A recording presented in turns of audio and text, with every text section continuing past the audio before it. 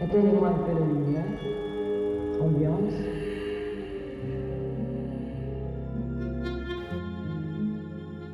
Il me faut un écho pour le début. La chanson, elle veut ça.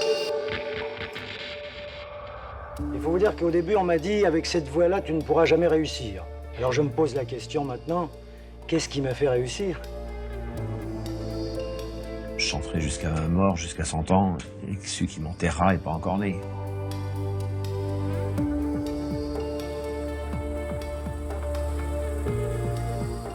Je ne sais pas si j'ai manqué au cinéma français, mais à moi, le cinéma français a manqué.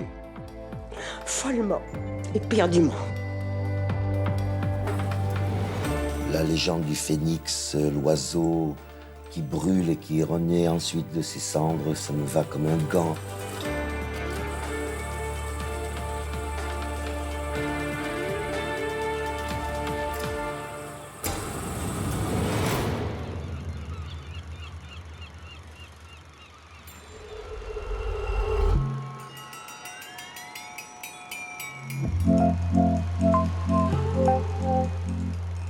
Conquérir le public, atteindre le haut de l'affiche et y rester.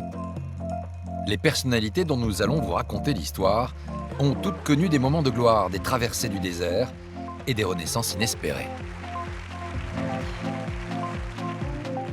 Charles Aznavour a percé très tardivement, après des vents contraires. Il n'a jamais lâché et a fini par gagner. Fragilisé par une extrême mélancolie, le chanteur Renaud a plongé à plusieurs reprises et s'est relevé à chaque fois. Alors qu'elle était une actrice populaire, Annie Girardot a pris un chemin artistique qui l'a éloignée un temps des plateaux de cinéma. Enfin, le chanteur Claude Nougaro a été remercié par sa maison de disques faute de vente. L'une comme l'autre ont su rebondir. Ces revanches sur la vie ont été filmées, photographiées par des proches qui ont accepté de nous confier leurs trésors, des images inédites qui éclairent ces parcours faits d'ombre et de lumière. Voici un nouveau chapitre d'Archives secrètes sur ces artistes qui ont su renaître de leurs cendres.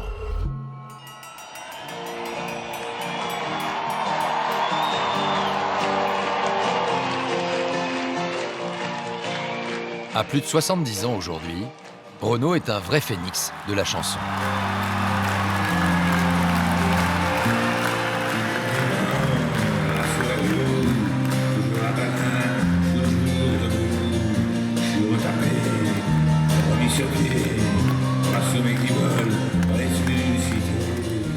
Après 10 ans d'errance et de dépression, de paranoïa, d'hypocondrie, d'alcoolisme, j'ai décidé de me remettre à l'écriture. Toujours vivant, rassurez-vous, toujours la banane, toujours debout. Il est pas né ou mal barré, le crétin qui voudra m'enterrer.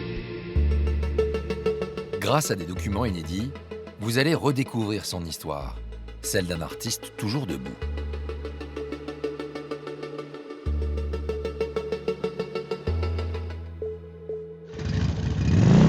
J'étais tranquille, j'étais peinard, accoudé au flipper, le type est entré dans le bar, a commandé un jambon beurre, puis il s'est approché de moi, puis il m'a regardé comme ça. T'as les bottes, mon pote, elles me bottent. Je parie que c'est les Santiago, viens faire un tour dans le terrain vague, je vais t'apprendre un jeu rigolo. C'est au milieu des années 70 que Renaud débarque dans le paysage musical. Laisse béton. Avec sa gouaille et un look détonnant, en entendant ses textes, c'est toute une jeunesse qui va alors l'adopter. Mon idéal, c'était ni d'être une vedette de la chanson, ni d'être riche, célèbre. Mais la célébrité, c'était pas du tout mon idéal. Moi, je voulais simplement réussir, m'épanouir dans le métier que j'aimais. J'ai jamais demandé à la vie autant de succès et de bonheur. Le chanteur énervé, comme il est surnommé, ose dévoiler une facette plus tendre de sa personnalité.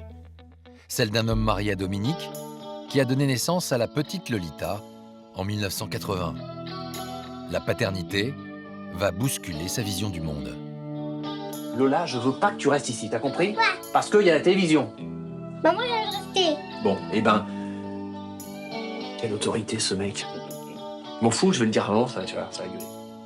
Il est transfiguré par la naissance de Lolita, qui devient la princesse. Et il va écrire pour elle quelques-unes de ses plus belles chansons, notamment, bien sûr, Morgane de Troyes, qui est une chanson merveilleuse. Lola, je suis qu'un fantôme quand tu vas où je suis pas.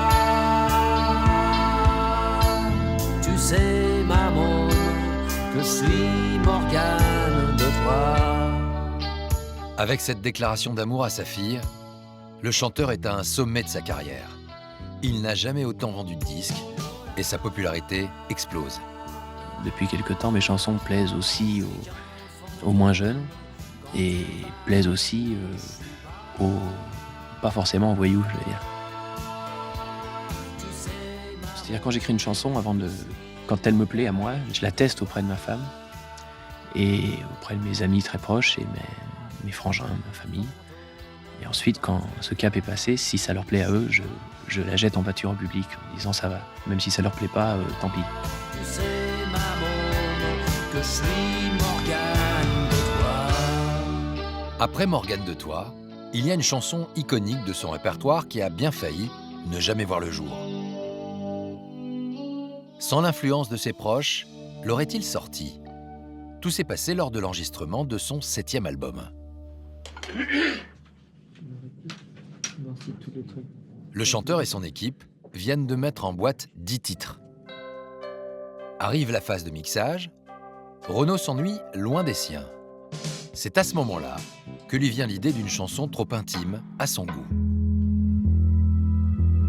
Je l'ai vu écrire dans un studio de Los Angeles, sur un canapé en 1 heure. Moi, je l'ai écouté, j'ai dit c'est super. Il dit oui, c'est Dominique qui est mon meilleur juge. Il a pris son téléphone devant moi. Il a dit, je vais te chanter ma dernière chanson, il en manquait une. Il chante avec le téléphone à côté. Et il me dit, alors qu'est-ce que t'en penses? Il lui dit, c'est simple, si tu l'enregistres pas, je te quitte. C'est authentique. Immédiatement, les premières secondes, c'est de la magie.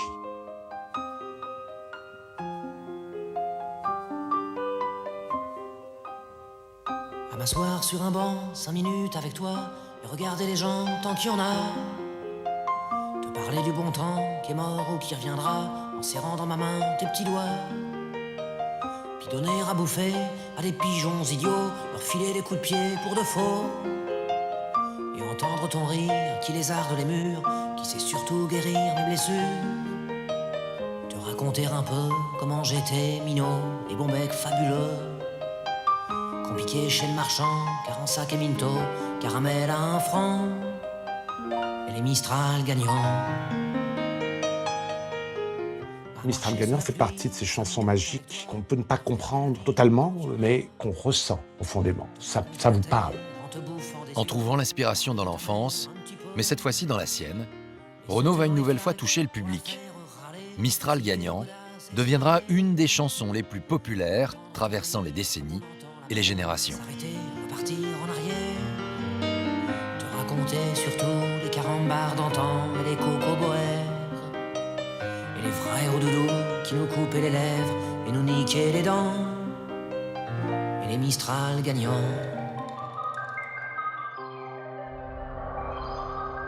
Nous avons sorti de l'oubli des images du tournage du clip de ce tube emblématique. Sur un deuxième. Soucieux de préserver sa vie de famille, Renaud ne fait pas jouer sa fille, mais choisit pour l'incarner une jeune comédienne qui lui ressemble.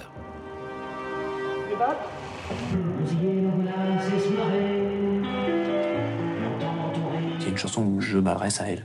C'est une chanson un peu nostalgique où je me penche sur mon passé. Plus je vais vieillir et plus elle va grandir, plus je vais me voir vieillir et puis plus je vais regretter mes jeunes années. Et les Mistral gagnants. Mistral gagnant, c'est des petits bons becs qu'on mangeait quand on était petits. C'était des petits sachets de poudre avec une petite paille et on aspirait la poudre avec la petite paille. En février et mars 1986, il fête le carton de son album Mistral gagnant au Zénith de Paris.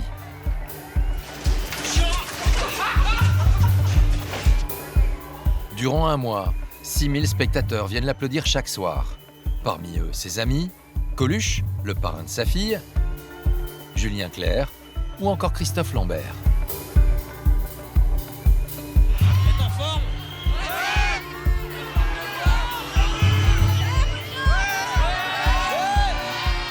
11 ans après ses débuts, le Titi parisien vit un rêve éveillé. Il ne monte pas sur scène sans avoir embrassé celle qui l'a poussé à écrire, sa muse, Dominique.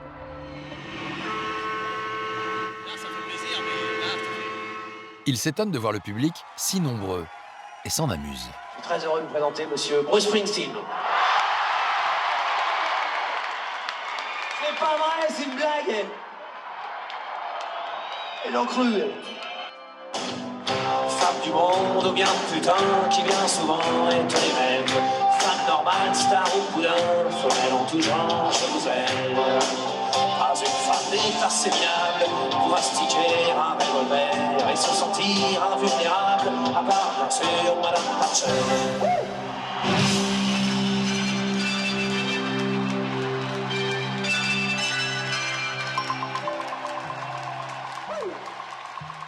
Renaud ne le sait pas encore, mais le triomphe au Zénith marque la fin d'une parenthèse enchantée. 3 mois après cette série de concerts, le 19 juin 1986, son ami Coluche, dont il partageait tous les combats, meurt tragiquement sur sa moto percutée par un camion. Le cœur de Renaud est brisé, alors il prend la plume pour lui rendre hommage. Il s'en ouvre à Jean-Louis Foulquier, le directeur des Francopholies, le festival de La Rochelle, où il doit se produire au cœur de l'été.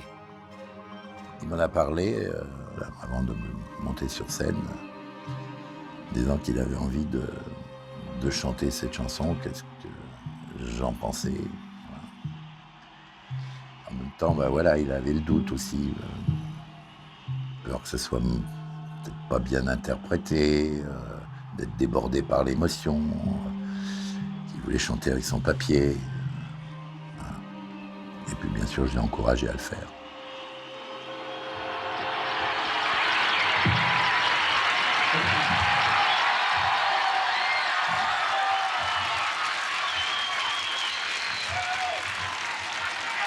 Merci beaucoup. J'ai écrit une chanson il y a 3-4 jours. On a répété seulement hier, et donc c'est donc la première fois que je la chante. Ça s'appelle Putain de camion.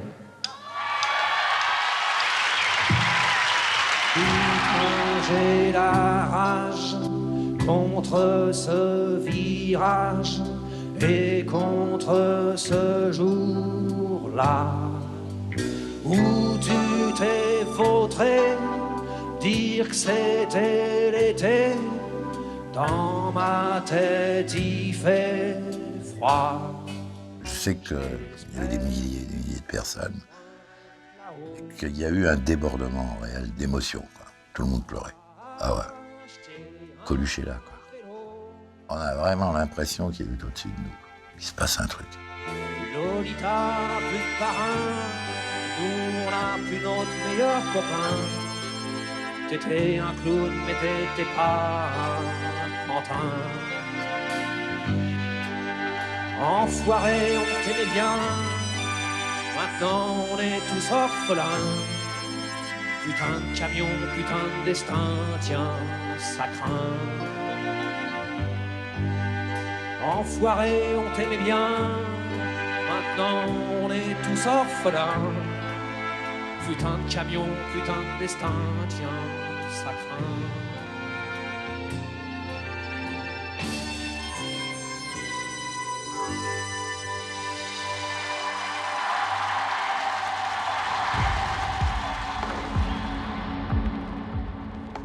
Je crois que c'était la première fois qu'il était réellement confronté à la mort. Donc, d'un seul coup, quoi, il l'a pris en pleine poire. C'est le vide. Le chanteur, rongé par le chagrin, s'isole de plus en plus. C'est aussi le début d'une grande remise en question personnelle. Comment être encore le révolutionnaire, proche des classes ouvrières, quand on gagne des fortunes grâce à ses multiples succès? Le problème, c'est que ça change le rapport au monde, enfin plutôt à son monde, hein, de gagner beaucoup d'argent, d'avoir beaucoup de succès. Moi, je l'ai vu évoluer d'une certaine manière. J'ai vu ses angoisses, ses inquiétudes, son souci d'avoir l'air d'être toujours le Renaud d'antan. Et ça semblait le toucher beaucoup, par moments. Beaucoup, ça le mettait en colère, ça lui faisait peur. Il avait peur de perdre une forme de crédibilité, peut-être. Ces tourments personnels s'accompagnent de désillusions politiques, depuis que la gauche est au pouvoir et que l'euphorie de la victoire a laissé place au tournant de la rigueur. Enfin, des fois, mes états d'âme sont j'ai envie de baisser les armes, de baisser les bras, de plus chanter, de plus militer, entre guillemets, de plus croire en rien, à plus aucune idéologie, à plus aucun parti, surtout. Renaud apparaît désabusé, moins inspiré. Les albums qu'il sort ensuite ne créent plus l'événement. Le chanteur va sombrer pendant des années dans un mal-être profond qu'il tente de dompter par l'alcool.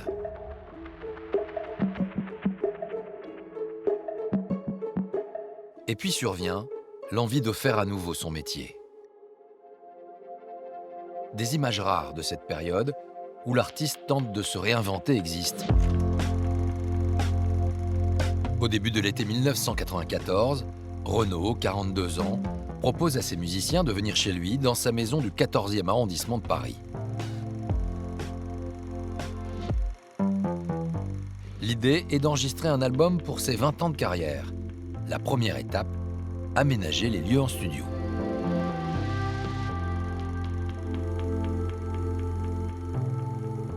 La console était dans une petite pièce au premier étage, sur la terrasse. Les guitaristes et le contrebassiste, les voisins n'ont pas trop gueulé, dans mon bureau. L'accordéoniste dans la chambre d'amis, le percu dans la salle de bain. Et moi, j'avais plus le seul endroit pour chanter, c'était les gogues. Je sais pas quoi raconter. I love you and you be mine, ça va 5 minutes. Ok, tu veux que je fasse la alors?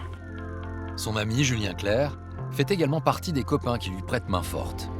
Pour l'occasion, il compose 3 mélodies, dont la nostalgique « C'est quand qu'on va où ». Je me suis chopé 500 lignes, je ne dois pas parler en classe. Ras-le-bol de la discipline, y en a marre, c'est dégueulasse. Une chanson inspirée par les années collège de Lolita et l'éducation nationale qui brise parfois les rêves de gosses. Qui me demandait en anglais comment s'écrit nos futurs. Si on est puni pour ça, alors je dis halte à tout. Explique-moi, papa, c'est quand qu'on va où?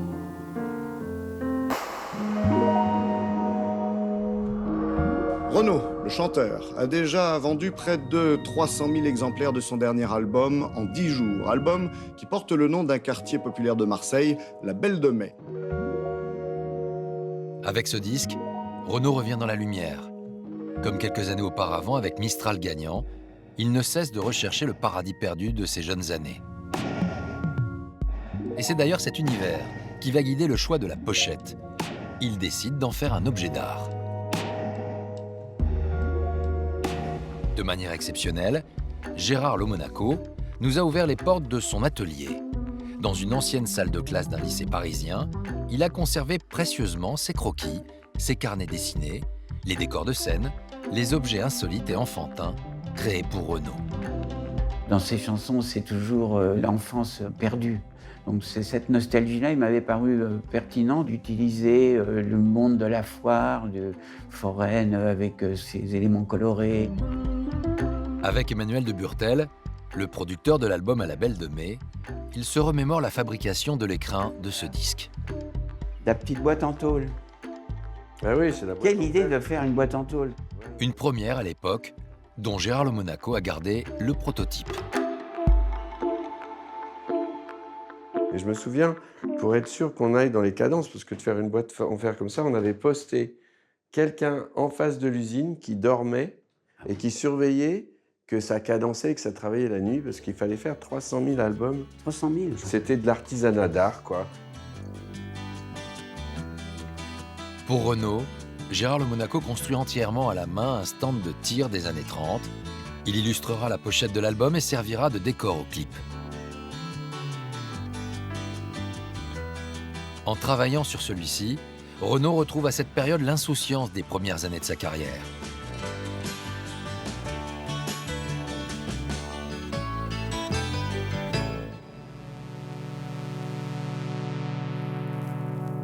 À la Belle de Mai est une pause salutaire. Un moment de répit avant un nouveau grand plongeon dont il ne va pas ressortir indemne. Pour ne plus assister à la triste autodestruction de l'homme qu'elle aime, Dominique a supplié Renaud de prendre un appartement. Le chanteur s'est installé au-dessus de la Closerie des Lilas, une célèbre brasserie du quartier de Montparnasse, où il passe ses journées, mutique, sur une banquette à siroter du pastis. De 1995 à 2002, 7 ans s'écoulent sans qu'il n'écrive une seule ligne. J'étais au fond du trou, j'étais en période de dépression, de divorce, d'alcoolisme, d'échéance. J'écrivais plus, j'avais plus d'inspiration. Je suis persuadé que ce métier que je ne l'exercerai plus jamais, quoi. Contre toute attente, c'est encore une fois l'écriture qui lui sert de thérapie. Les années d'errance et de silence et la séparation fournissent un terreau de création. L'inspiration fait le reste. Le Phénix renaît de ses cendres et écrit l'album Boucan d'enfer. Le titre fait directement référence au bruit que le bonheur fait quand il s'en va. Un album très introspectif, presque nombriliste, où je parle beaucoup de moi, beaucoup moins du monde extérieur. Et je pensais que mes petits chagrins d'amour et mes petites désillusions allaient pas forcément intéresser le grand public. Et puis apparemment, ça a été le contraire. Je crois qu'il n'y a rien de plus universel qu'un chagrin d'amour. La tournée démarre le 3 décembre 2002. Même si sa voix est le reflet de ses excès, son public lui pardonne tout. Il joue à guichet fermé pendant 1 an.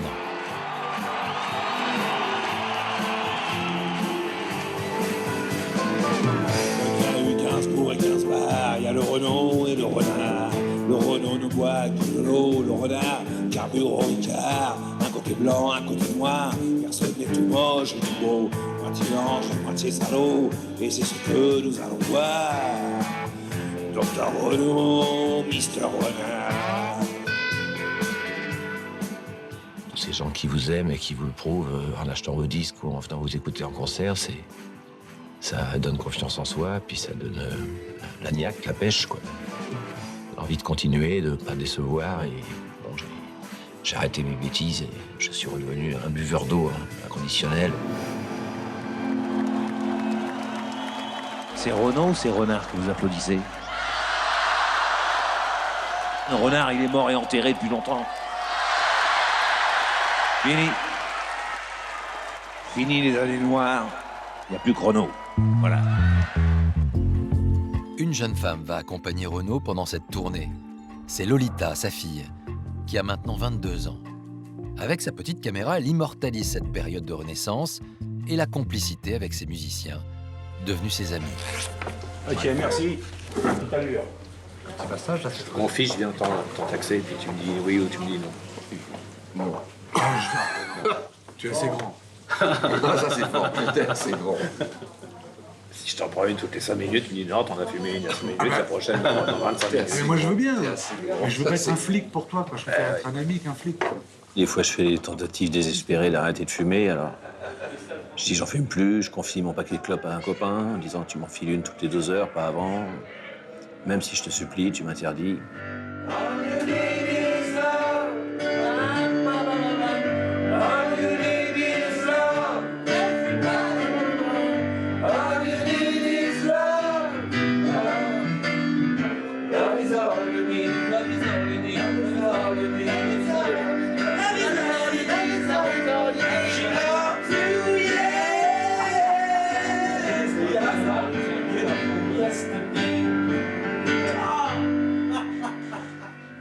Jean-Pierre Bucolo, son guitariste, qui a composé la plupart des musiques de l'album, se souvient de cette résurrection.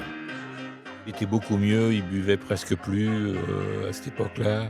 C'était chouette de le retrouver en forme, même lui était content de se retrouver comme ça, quoi. Et tous les gens autour, tous ceux qui le connaissent, tout le monde était ravi de le voir comme ça. Ouais. Mais c'était mon pote, t'avoue que c'est un peu c'est pas franchement une sainte. Christine O'Crumby, elle a l'intellect. Plutôt que la moquette, c'était mon pote. What do tu jettes?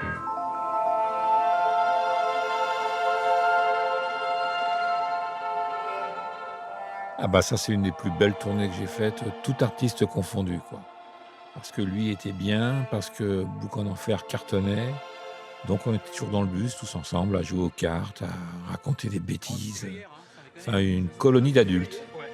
Il y avait du monde, hein? Tout le monde est là? Ouais! Tout le monde est là, y compris Dominique, qui malgré la séparation, le soutient. Dans l'ombre, juste une petite voix.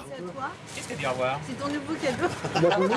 Non, j'ai pas vu, ils l'ont mis sur scène? Ouais. Non, on s'est tous cotisés, les musiciens voulaient te faire un cadeau, on s'est tous cotisés. Et on t'a offert C'est ça. lui qui le montrait. Oui, tu l'as vu, la gonzesse, elle l'a montré. Ouais, mais après, elle l'a... Tu l'as fait, c'est à moi. Ah, et là, j'en Oui, c'est à toi. Il te plaît celui-là? Voilà. T'es content, hein? C'était ce ça, je te disais, le plus ignoble au monde. Moi aussi, c'est ça, oui. Ah, il colle, celui-là.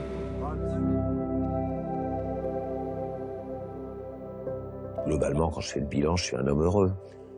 Le bonheur, ce sont que des petits instants accumulés. Et on fait le bilan à la fin d'une vie.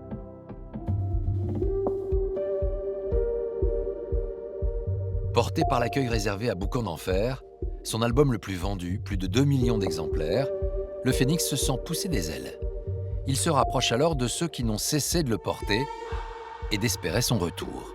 Il discutait beaucoup avec ses fans par le biais d'Internet. Donc, pendant toute la tournée, il demandait comment ça s'est passé, est-ce que ça vous a plu, tout ça. Donc, c'était assez marrant. Marc Naretto devient un copain du chanteur. Et c'est à lui que Renaud va confier la lourde tâche d'organiser un événement totalement secret. Un jour, moi, j'étais dans une salle d'attente. Je reçois un coup de fil de Renaud qui me dit « La tournée est terminée. Je loue un zénith, tu me le remplis. Je te rappelle plus tard. » Ce sera finalement à la Cigale que le chanteur choisit d'offrir un concert à ses fans le 29 septembre 2007.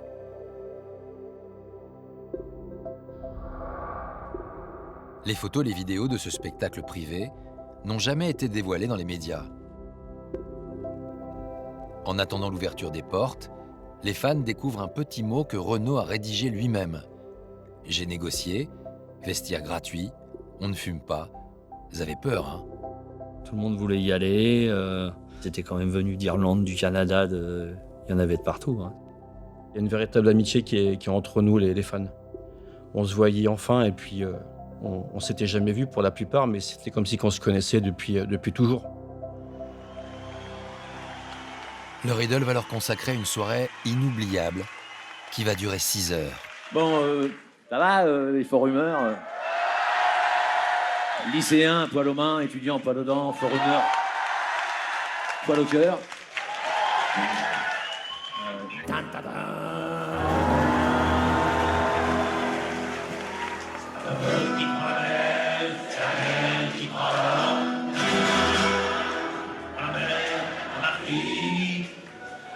Je me souviens, un mardi,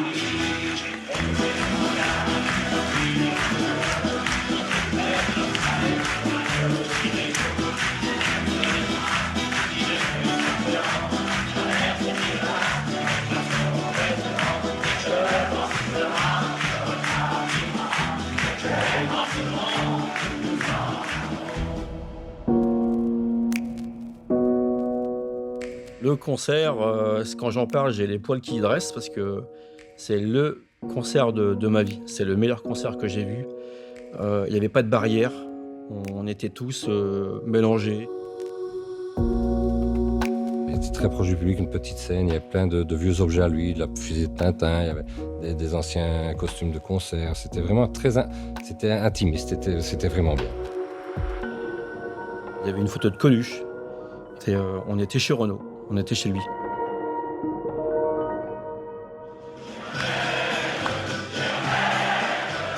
Ce moment de communion filmé par les fans est unique. Jamais aucun artiste avant lui n'avait fait un tel cadeau à ses admirateurs. C'est extrêmement généreux. Faire 6 heures de concert comme ça pour ses plus grands fans, de façon totalement désintéressée, et puis que ça reste secret. Finalement, c'est un épisode secret de sa carrière. Il n'a pas cherché à médiatiser. Voilà, c'est tout Renaud. Ça.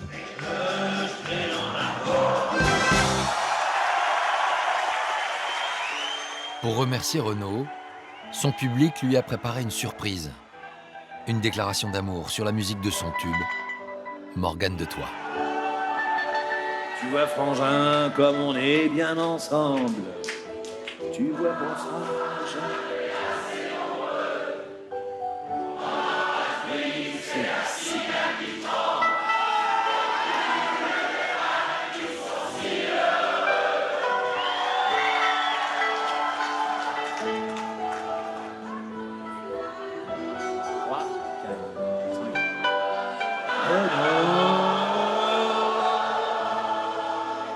Tes animaux.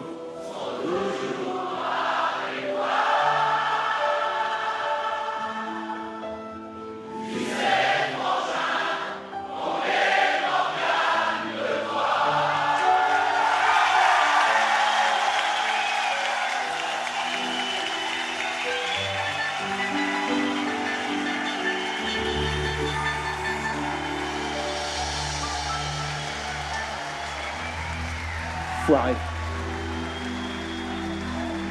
Un mec, ça pleure pas.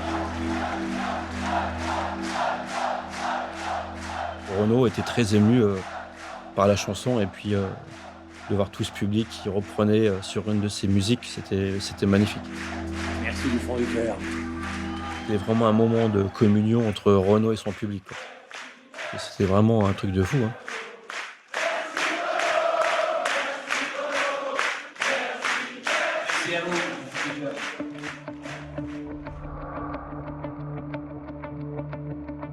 La Cigale boucle la fin d'un cycle heureux pour le chanteur. Renaud est finalement rattrapé par ses démons. Il se retire de la vie publique et disparaît pendant près de 10 ans. 10 ans d'errance et de dépression, de paranoïa, pendant lesquels les médias n'ont pas cessé de parler de moi. Et les paparazzis de me shooter dans des situations pas très agréables. C'était des reportages un peu comme si on faisait des trucs à titre posthume, quoi. Genre, il est mort, on va vous faire un petit flashback sur sa vie. Et ça m'a énervé, ouais, grave.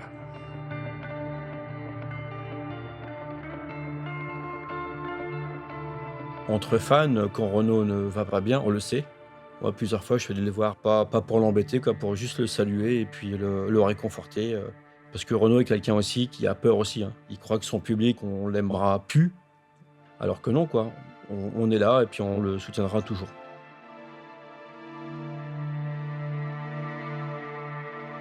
Et enfin, en 2016, pour la 3e fois de sa carrière, Renaud revient sur le devant de la scène. Cette tournée inattendue d'une centaine de dates porte le nom de sa renaissance, le Phoenix Tour. C'était un peu un bras d'honneur à tous ceux qui parlaient sur son dos en disant Renaud il est mort et on le verra plus et bah si, il est toujours debout. Non voilà, toujours debout. Merci d'être venu. Toujours fidèle à ce que je vois.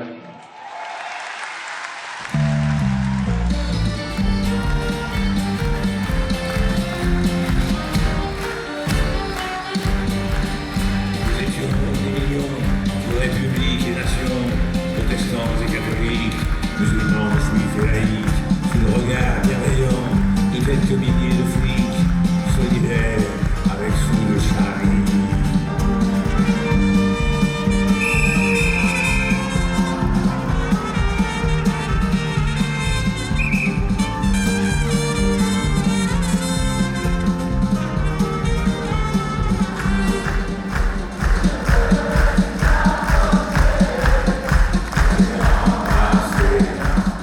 Il profite de ce retour triomphal pour faire découvrir à son public un chanteur qu'il perçoit comme un héritier.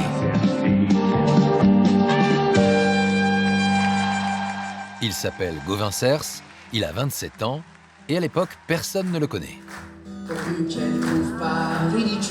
Quand il m'a appelé pour faire ses premières parties, j'y croyais tellement pas qu'à chaque fois que je passais sur un passage piéton, je regardais 15 fois à droite, 15 fois à gauche pour être sûr de ne pas me faire écraser tellement je voulais absolument vivre ce moment-là.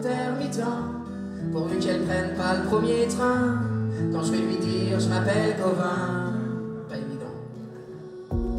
Le chanteur a gardé précieusement des souvenirs, des archives secrètes de ces moments de complicité avec son idole, lors de cette tournée. Ce qui m'arrivait à ce moment-là, je l'aurais même pas rêvé dans mes rêves les plus fous, quoi. Et voilà, d'être à côté de lui, c'est peut-être l'artiste que j'admire le plus et qui m'a donné envie d'écrire. Enfin voilà, il y avait une symbolique très forte. Ce qui est énorme sur cette photo, c'est que pendant les balances, t'as Renaud qui prend un siège, il vient se placer dans la lumière, dans la fosse, il s'assoit et il écoute toutes les balances, quoi. En gros, t'as le patron qui est là au milieu et qui met le petit coup de pression qui va bien, et il nous a mis dans des super conditions, quoi. Et ça, c'était top parce que nous, on connaissait pas tout ça, et c'est tellement énorme comme moment. Il n'y a pas beaucoup d'artistes qui auraient fait ça, ce qu'il a fait pour moi. Voilà. Ça lui ressemble bien, quoi. Je trouve que ça le décrit très bien aussi, son amour de la chanson et l'envie de donner un coup de pouce à quelqu'un. C'est vraiment mon parrain, quoi. Mon vrai de vrai.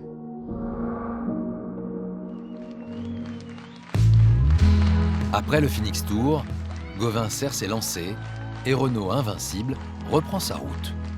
Alors que certains pensaient qu'il en avait terminé avec le métier, il obtient la victoire de la musique de l'artiste masculin de l'année en 2017. Le chanteur a encore tant de mots à nous dire, tant d'émotions à nous transmettre et tant d'histoires à nous chanter. Je chanterai jusqu'à ma mort, jusqu'à 100 ans, et celui qui m'enterrera n'est pas encore né.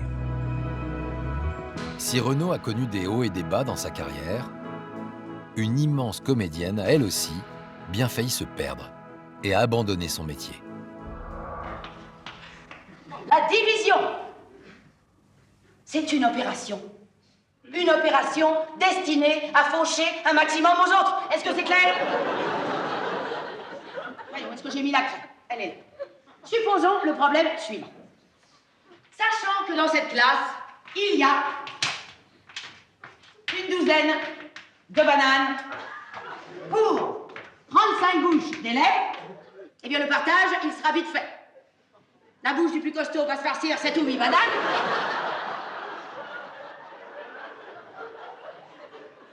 Le deuxième va manger le reste. Les 33 autres vont rester la gueule ouverte. En 1974, Annie Girardot triomphe au théâtre dans Un seul en scène. Elle interprète Madame Marguerite, une professeure qui, comme elle, a connu des moments compliqués dans sa vie, sans perdre son sens de l'humour. Madame Marguerite, c'est une tragédie, c'est un opéra. C'est un chant grégorien aussi, que je trimballe depuis des années. C'est elle qui m'a fait grandir. Jusqu'à ma mort, j'arriverai avec ça, voilà. Ce personnage de Madame Marguerite va la sauver à plusieurs moments critiques de sa carrière, comme un talisman. Il lui permettra de renouer avec le succès et de l'empêcher de sombrer. Le premier qui l'ouvre prend ce tableau au travers de la gueule.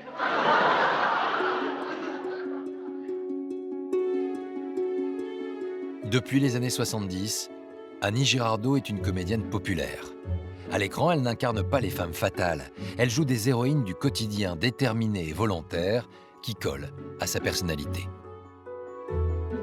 Je ne fais que des choses que j'ai envie de faire, ou que j'aurais aimé faire. Vous ne me feriez pas jouer, par exemple, ni une princesse, ni la reine de je sais pas quoi, ni une femme snob, ni une femme du 16e. Cette capacité à être Madame Tout-le-Monde fait d'Annie Girardot une véritable vedette, appréciée tant par le public que par les gens du métier. La gagnante est Annie Girardot pour Dr. Françoise Gaillan. En 1977, le César de la meilleure actrice pour le rôle du docteur Françoise Gaillan vient couronner cette carrière à succès.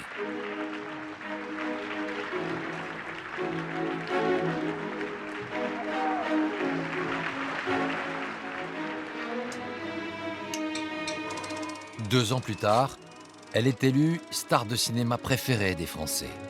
Dans ce classement, elle devance Jean-Paul Belmondo, Simone Signoret, Romy Schneider ou encore Alain Delon. Il est marrant, ce bonhomme-là.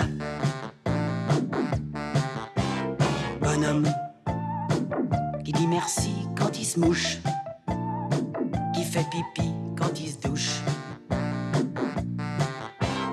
Bonhomme dit bonjour madame à minuit, qui fait l'amour et tombe du lit. En 1981, l'actrice surprend tout le monde en apparaissant en chanteuse à la télévision. Qu'attend petite fille sortie de l'école? L'auteur de ce titre, c'est Bob Decou, l'homme en costume bleu derrière elle. Folle amoureuse de ce nouveau compagnon, elle le suit dans toutes ses extravagances. Il la faisait beaucoup rire. Et ça, c'est important pour elle. C'est une nouvelle façon de vivre. On passe à autre chose. Elle vit la nuit, elle sort beaucoup. Les gens sont surpris.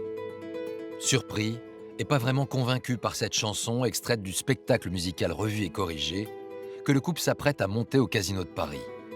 À 51 ans, Annie Girardot a investi toute sa fortune dans ce projet. La passion d'Annie Girardot pour cette salle très kitsch va peut-être éviter au Casino de Paris de se voir transformé en parking. Il en était très sérieusement question. L'état de dégradation des coulisses et des loges le prouve amplement. Top secret sur le spectacle de réouverture. La troupe tout entière veut jouer résolument la carte du mystère. On fait tout pour la surprise. Pour la surprise et le bonheur. Voilà, c'est tout. Alors si on est un petit peu comme ça cachotier, vous comprendrez plus tard pourquoi. Et aussi les spectateurs, éventuels, j'espère. Et parce qu'on veut qu'ils aient le même choc que nous avons eu. Voilà. Aucune caméra n'est donc autorisée à capter des images du spectacle à quelques jours de la première. Sans doute parce qu'il est loin d'être abouti. Boudé par le public, il restera moins d'un mois à l'affiche. Et puis la conne, bah c'est moi qui ai payé tout, bah, j'étais responsable. Et on n'avait pas un rond. C'est une chose qui m'a tué parce que je suis ce que je suis. Et je ne veux plus parler de ça. Annie Girardot, qui a financé la production, mais aussi la rénovation de la salle, se retrouve ruinée. Et son image en prend un coup. Elle était incontournable et elle devient invisible. On ne lui propose plus rien. Elle rentre dans un silence. C'est sa traversée du désert et elle en souffre. C'est la période où les metteurs en scène ne lui proposent plus rien. Elle ne reçoit pas de scénario, pas de coup de fil, et elle souffre. En 1993, après 13 ans de vie commune, Annie Girardot et Bob Decou se séparent. C'est à ce moment-là qu'une amie comédienne va tenter de lui redonner confiance en lui proposant de remonter sur les planches. Anne Seyé, qui travaille en Russie, lui propose de la rejoindre là-bas et de reprendre son rôle fétiche de Madame Marguerite. Elle nous a confié des images inédites tournées lors de ce voyage qui a tout d'une renaissance.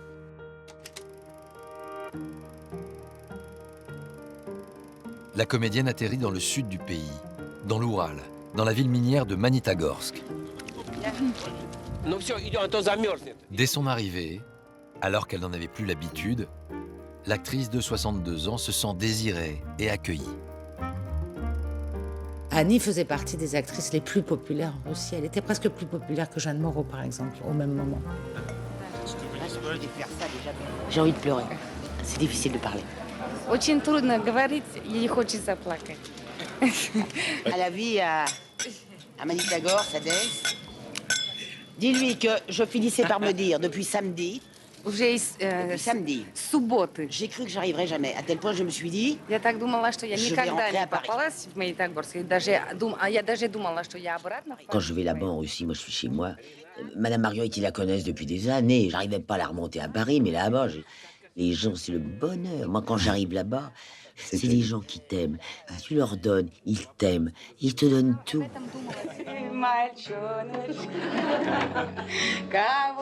La troupe est évidemment très émue d'accueillir Annie Girardot. On avait envie d'elle, c'était déjà une preuve d'amour et elle répondait oui. C'était sa forme de générosité qui était absolument insensée. Quant à savoir comment elles sont,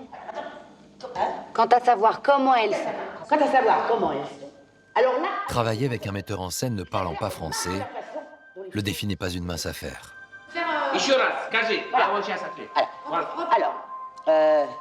Alors, attends, posez vos crayons. Lors des représentations, les spectateurs seront équipés de casques audio, diffusant en simultané le texte traduit en russe.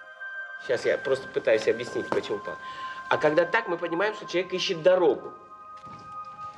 Moi, je traduis à Annie ce que Valerio dit. Je traduit assez peu à Valerio ce que Annie dit, parce qu'en fait, ils sont entre professionnels, ils se comprennent.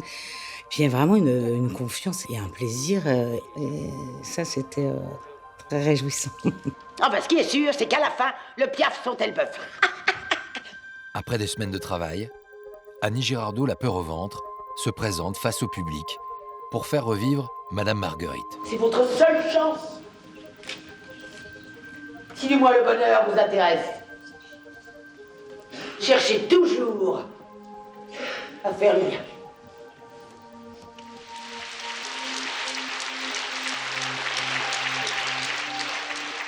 Le public russe lui réserve un triomphe. La comédienne a même du mal à y croire, elle qui n'a pas connu un tel succès depuis 15 ans.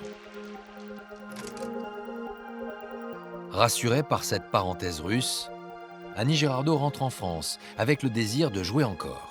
Si elle est toujours boudée par les réalisateurs de cinéma, ceux de la télévision commencent à lui proposer des rôles. Pour répondre à ces nouvelles sollicitations, la comédienne a désormais un assistant et confident.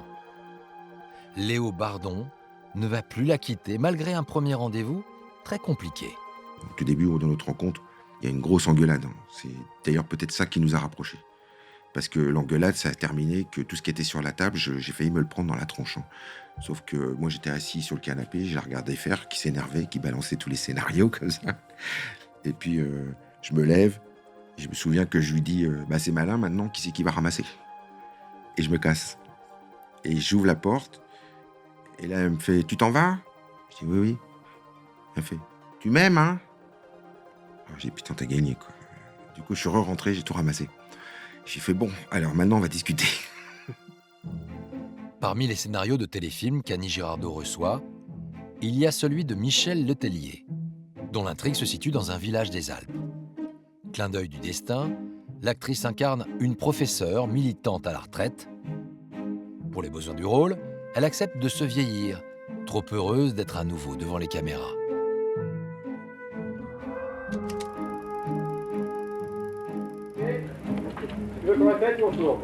On va essayer de tourner, on va bien voir. Allez. Michel Letellier, la scénariste, a capté des images personnelles du tournage.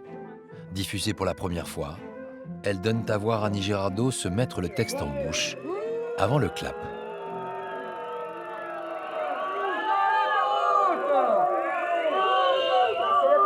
Je veillerai à ce que notre vallée... N'écoutez pas une vente. Il dit des mensonges. Vous avez vu ce qu'ils ont fait des vallées d'à côté? Aujourd'hui, elles sont défigurées, violées. Des remonte-pentes, des pylônes. Elles sont laides aujourd'hui. Elles n'ont plus d'âme, comme toi, Vincent. Ce qui avait de formidable chez Annie Girardot, c'est que on avait l'impression par moments qu'elle n'était pas là, qu'elle avait plein de problèmes, qu'elle ne pourrait pas jouer. Il y a eu des moments difficiles, on le sait, dans sa vie.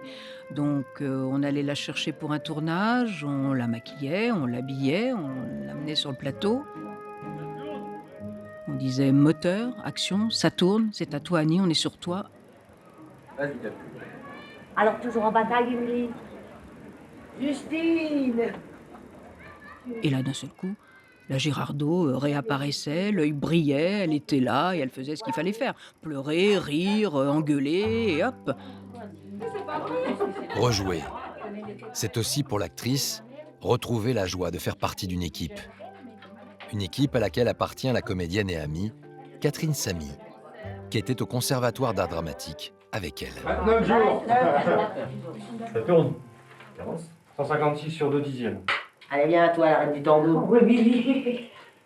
Le plus beau de tous les Rodolphe du monde, c'est celui, c'est le salaud qui m'a plaqué ce jour-là. À la fin du tournage, Annie m'a dit, à propos d'une phrase donc, du film, qui est d'ailleurs la phrase de fin du film, « C'est un peu long pour mettre sur une tombe, mais ça ferait une belle épitaphe parce que c'est si vrai. La vie m'a paru épicée ou amère selon les moments, âpre et difficile à avaler parfois, mais jamais fade. Mais pour tout dire, j'en reprendrai bien encore un peu. » Annie Girardot revit, avec l'espoir que le désir revienne dans la tête d'un réalisateur. Un homme va lui tendre la main. Il lui a offert des rôles dans les années 60 et il a même partagé sa vie. C'est Claude Lelouch. Vous avez besoin d'autres renseignements? En 1995, il lui propose un second rôle, celui de la Thénardier dans Les Misérables. Bon, je sais bien, vous êtes mariés, vous êtes d'accord, mais elle n'est pas là. C'est même pas, je vais la revoir, peut-être vous n'êtes pas. Mais bon, c'est tout, mais aujourd'hui, c'est maintenant, c'est pas hier, les Juifs, les machins, Moïse et tout, je m'en fous. Moi, je suis là, je vais crever, on va tous crever bientôt. Alors moi, je vais peut-être crever, moi, tout à l'heure. Le jour où elle a fait cette scène incroyable avec Bouchna, elle avait envie de tout sauf de tourner. C'était une journée noire pour elle, dans sa vie privée. Elle a tellement envie de ne pas me décevoir qu'elle arrive sur le plateau avec une force que je ne lui avais pas connue depuis un certain temps. Encore une fois, elle transforme les défaites en victoires. Annie est un diamant pur, quoi. Mais à un moment, je vous vois là, vous comprenez, moi je suis une femme quand même, j'en ai encore pour un petit moment. C'est tout, ça va passer très vite, tout ça. J'ai envie de l'épater à chaque fois. Le jour où j'épaterai plus Claude, eh ben ce sera fini, mais je crois que je l'épaterai toute ma vie. Après la scène, je l'ai pris dans mes bras, je l'ai embrassé et je lui ai dit « Écoute, s'ils sont pas trop cons, t'auras le César. »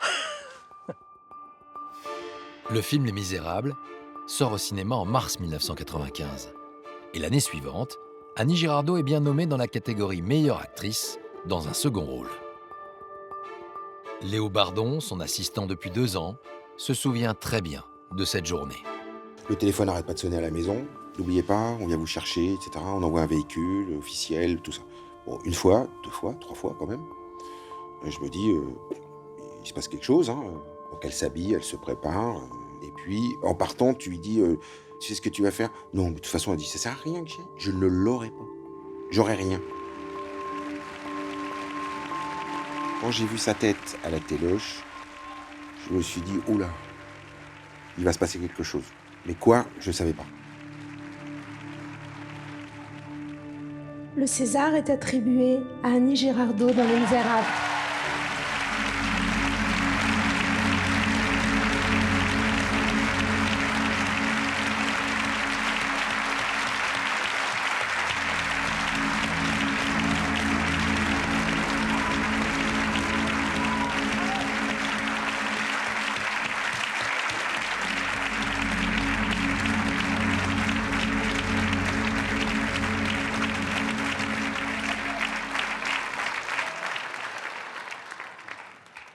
Ça fait tellement longtemps.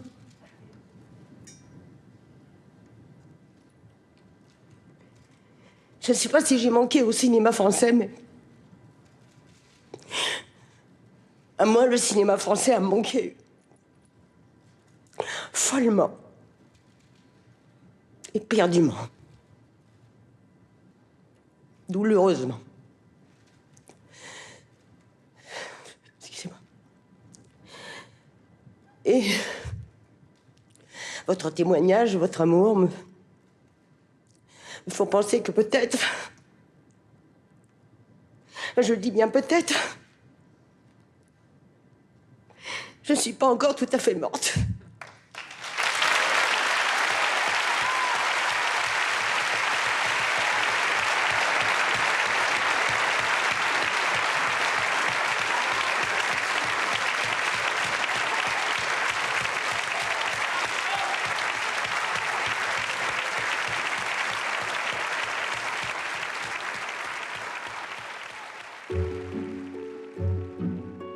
Avec cette consécration et cette reconnaissance du métier, la comédienne retrouvera régulièrement le chemin des plateaux de cinéma.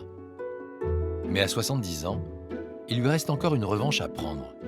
Au théâtre cette fois. Elle vient me voir, elle me dit « Je vais monter Madame Marguerite ». Je dis « Annie, c'est une très belle idée, c'est ton rôle mythique au théâtre. » Oui. Je dis « Mais c'est une institutrice, t'es un petit peu âgée. » « Je m'en fous, je vais monter Madame Marguerite et je vais monter chez toi. » Je dis « Bah d'accord, on va monter Madame Marguerite. » De toute façon, je pouvais rien refuser à Annie Girardot. Le réalisateur François Pêcheux a filmé Annie Girardot dans les coulisses. Il a accepté de revenir sur ces précieuses images tournées il y a plus de 20 ans.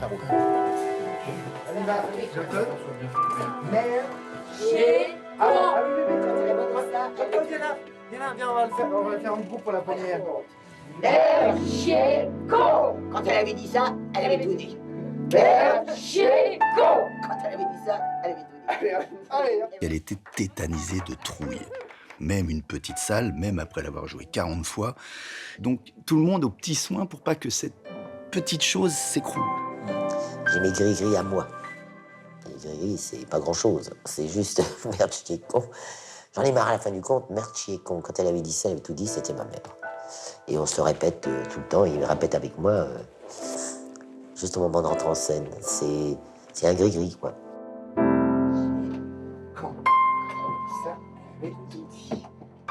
Donc évidemment, des bisous sur la bouche, des incantations, des gris-gris. Merde, chier, con, quand elle avait dit ça, elle avait tout dit. J'adore, moi je veux le garder dans la vie, ça. Quand elle avait dit ça, elle avait tout dit.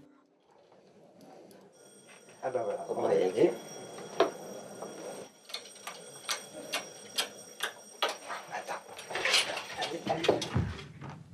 Vous allez me dire que vous aussi, vous en avez marre de Madame Marguerite pour 3 raisons. Que vous allez noter sur vos cahiers. Écrivez. Grand 1. La biologie est une connerie. Grand 2. L'école est une connerie. Grand 3. La vie est une connerie. Elle ne vivait que pour le moment où elle serait sur scène. Et toute la journée, elle s'en foutait, c'était le soir. Elle adorait ça. Et pendant 1h30, il n'y avait plus de fatigue, plus rien. Il est interdit de faire quoi que ce soit sans passer par un verbe. Le patron, c'est le verbe faire. Faire l'amour, faire ses études, faire le con. Mais j'aurais honte d'oublier le verbe attendre, le verbe supporter, le verbe souffrir, et le verbe aimer, et le verbe perdre, et le verbe oublier.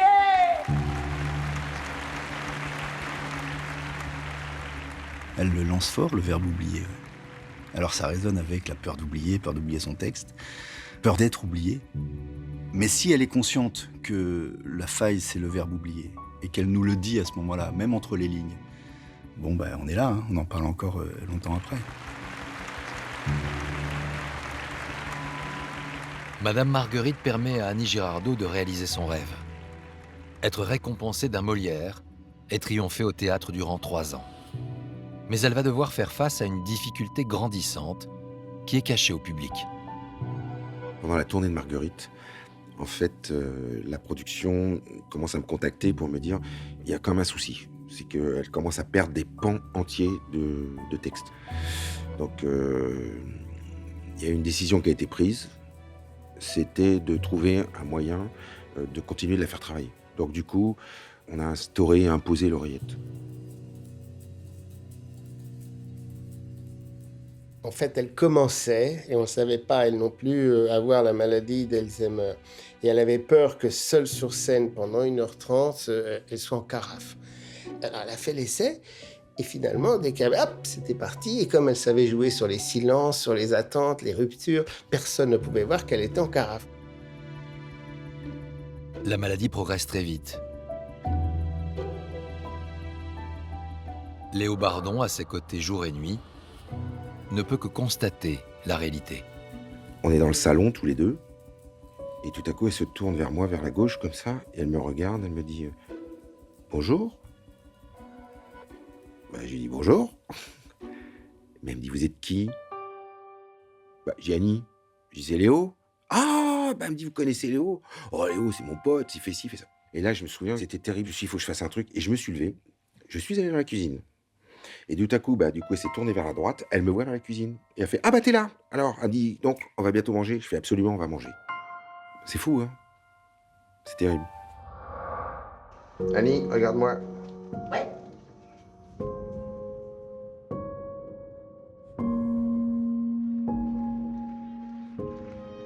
Comme un palliatif à la perte de mémoire de la comédienne, le caméscope de Léo Bardon filme les instants précieux de réconfort. À l'image de ce prix pour l'ensemble de sa carrière, reçu au Festival international du film de Transylvanie en 2005. On a quand même une standing ovation de 20 minutes, ce qui est quand même énorme. Et tu sais bien que par contre, ça va être complètement zappé au bout de 5 minutes. Mais c'est pas grave. Donc c'est 5 minutes de bonheur qui font que ça dure toute la journée.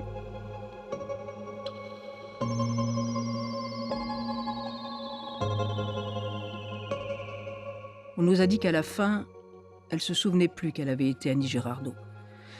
Moi, j'ai envie de lui dire, c'est pas grave, Annie. Nous, on s'en souvient.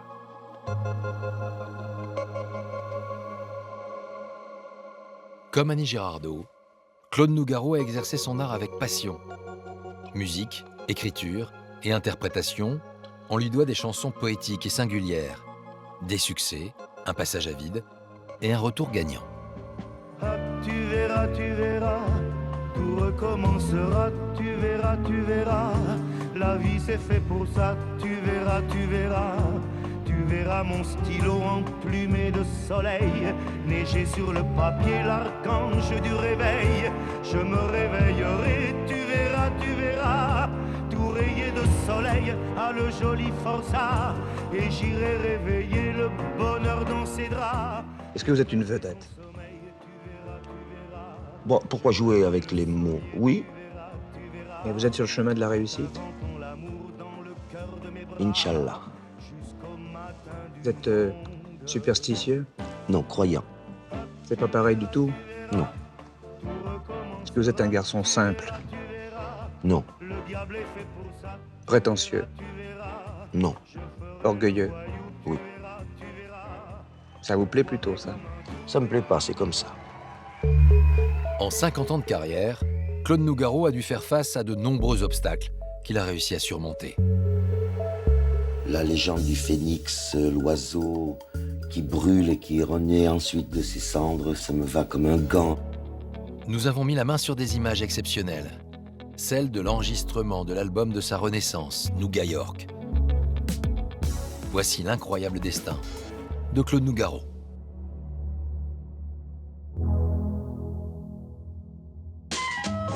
En 1962, cela fait près de 10 ans que Claude Nougaro est entré dans le métier. Quand le jazz est là, la java s'en va. Il y a de l'orage dans l'air, il y a de l'eau dans le gaz entre le jazz et la java. Cette année-là, il interprète le jazz et la java, un texte qu'il a écrit et que Marcel Amont et Yves Montand ont sorti quelques semaines avant lui. Il fait son bataille sous sa jupe fendue. Elle écrase sa gauloise et s'en va dans la rue. Et quand le jazz est là, la java s'en va. Il y a de l'orage dans l'air, il y a de l'eau dans le gaz entre le jazz et la java.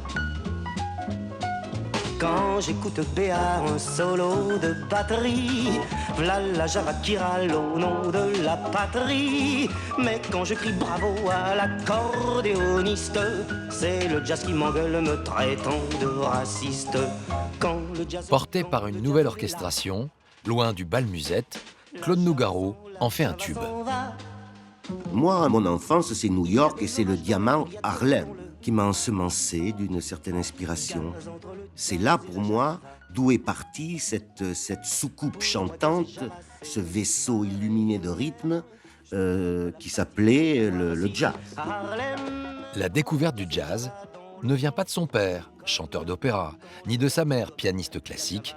Il la doit à ses grands-parents. Sa petite sœur, Hélène, nous ouvre l'album de famille. Tous les soirs, il écoutait Bessie Smith, Armstrong, etc. Et ça a créé donc son engouement pour tout ce qui touche au jazz et à la poésie, parce que pour lui, les mots, c'était des sons. Et la poésie, c'était des sons et du sens. Claude Nougaro écrira des poèmes puis des chansons inspirées pour la plupart de sa vie personnelle.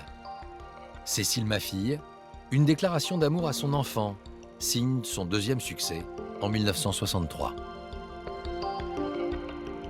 Il était un père charmant, attentionné aussi, mais peu présent. Comme lui-même n'avait pas eu une enfance bordée de parents, il ne pouvait pas, ou difficilement, faire le contraire. Mais il aimait beaucoup sa fille, évidemment, et il lui a écrit cette chanson magnifique. Elle voulait un enfant, moi je n'en voulais pas. Mais il lui fut pourtant facile, avec ses arguments, de te faire un papa. À l'époque, ce plaidoyer pour la paternité à l'écriture ciselée est en décalage complet avec la vague yéyé. Claude Nougaro fait figure d'ovni, mais il assume. Je me tiens par goût un peu à l'écart du métier, si vous voulez. Les modes ne sont pas mon problème. Si vous voulez, je suis un chanteur engagé, mais au lieu d'être engagé dans un mouvement politique, c'est l'engagement poétique. J'ai l'impression de faire une œuvre, mon œuvre à moi. Ma fille, et te voilà, et me voici moi. Le chanteur n'a pas le temps de savourer l'accueil chaleureux que le public réserve à sa chanson. Tout s'arrête brutalement, 2 mois après sa sortie, le soir du 9 juin 1963. Près de Roanne, dans la Loire, c'est la voiture du jeune chanteur Claude Nougaro qui a quitté la route et qui s'est écrasé en contrebas. Claude Nougaro souffre d'une fracture de la jambe et il a eu la langue presque sectionnée. Cécile Nougaro était bébé quand son père s'est retrouvé hospitalisé. Elle a pris conscience de la gravité de l'accident des années plus tard. Alors qu'il ne conduisait pas, il n'a jamais conduit de sa vie, eh bien, il était à la place du passager et en fait, ils ont rencontré un platane en pleine nuit. Des fractures de partout, enfin, impossible de bouger. Il était question qu'il ne puisse plus jamais chanter, ni se produire, ni rien. Ne plus jamais chanter, le pronostic est alarmant.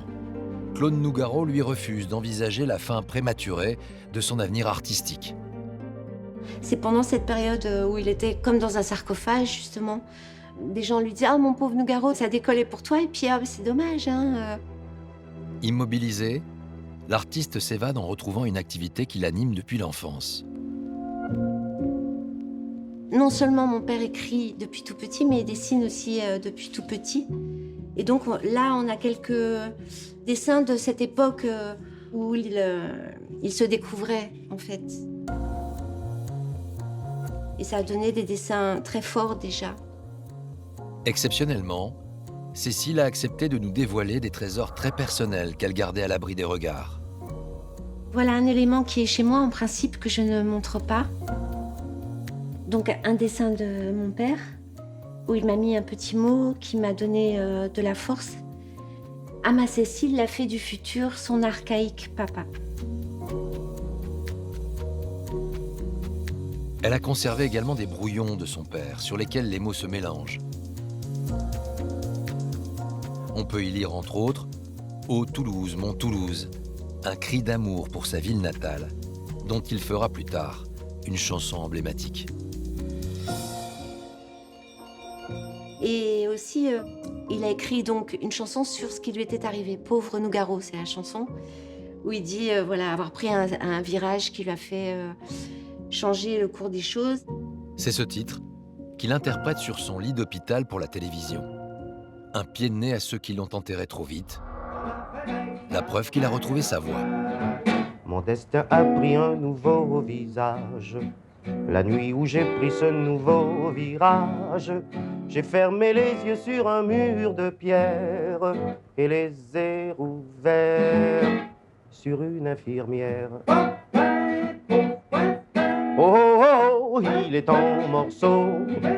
Oh, oh, oh, pauvre Nougaro. Oh, oh, Le diagnostic actuel maintenant pour Claude. Bien, je suis toujours allongé à la suite de ma triple fracture du fémur. Lorsque l'accident m'était arrivé, on avait surtout souligné ce qui m'était arrivé à la langue. Alors de ce côté-là, évidemment, c'est tout à fait réparé. Mais je suis quand même encore allongé après 3 mois.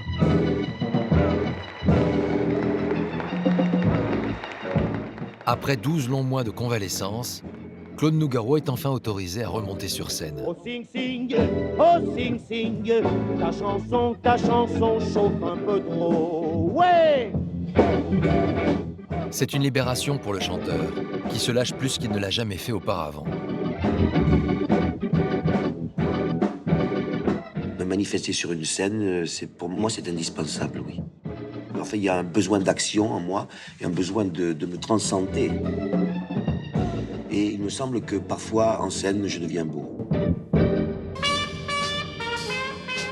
Un âge d'or s'ouvre alors pour Claude Nougaro. Armstrong, je ne suis Il n'a jamais été aussi inspiré. Je suis blanc de peau. Il écrit les chansons les plus marquantes de sa carrière. On veut chanter l'espoir. Quel manque de peau. Je brûlais de fièvre, je voyais les murs, les bouteilles qui tournaient. Puis quelqu'un m'a saisi par le bras, je me retournais, Suzy était là toute pâle, elle me souriait de nouveau, le soleil a brillé. Dans un souffle, elle m'a dit, viens, j'ai la voiture tout près d'ici, nous sommes sortis, mais devant moi, un poulet a crié, ne bouge pas, avec la mallette, je l'ai frappé, alors le coup de feu attaqué, me clouant sur place. L'enfance, le jazz et l'amour sont ses thèmes de prédilection. Je te suis, on y va. Ils vont faire son succès pendant près de 15 ans.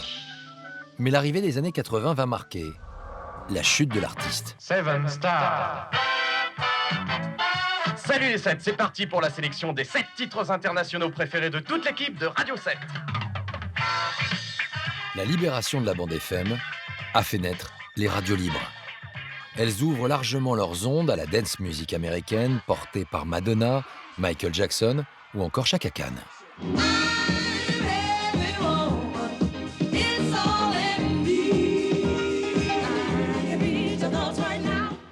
J'aime la vie quand elle rime à quelque chose. J'aime les épines quand elle rime avec la rose. Claude Nougaro, qui avait réussi jusqu'alors à casser les rythmes, à faire swinger les mots et la musique, apparaît maintenant en total décalage. Mick Lanaro, son ingénieur du son, qui deviendra plus tard son producteur, se souvient de cette période délicate. Claude est un artiste respecté, avec un public qui lui est acquis, avec un entourage qui lui cire les pompes en permanence. Pardon pour l'expression, mais c'est la vérité. Et en tout cas, un entourage qui ne remet jamais en question l'avenir.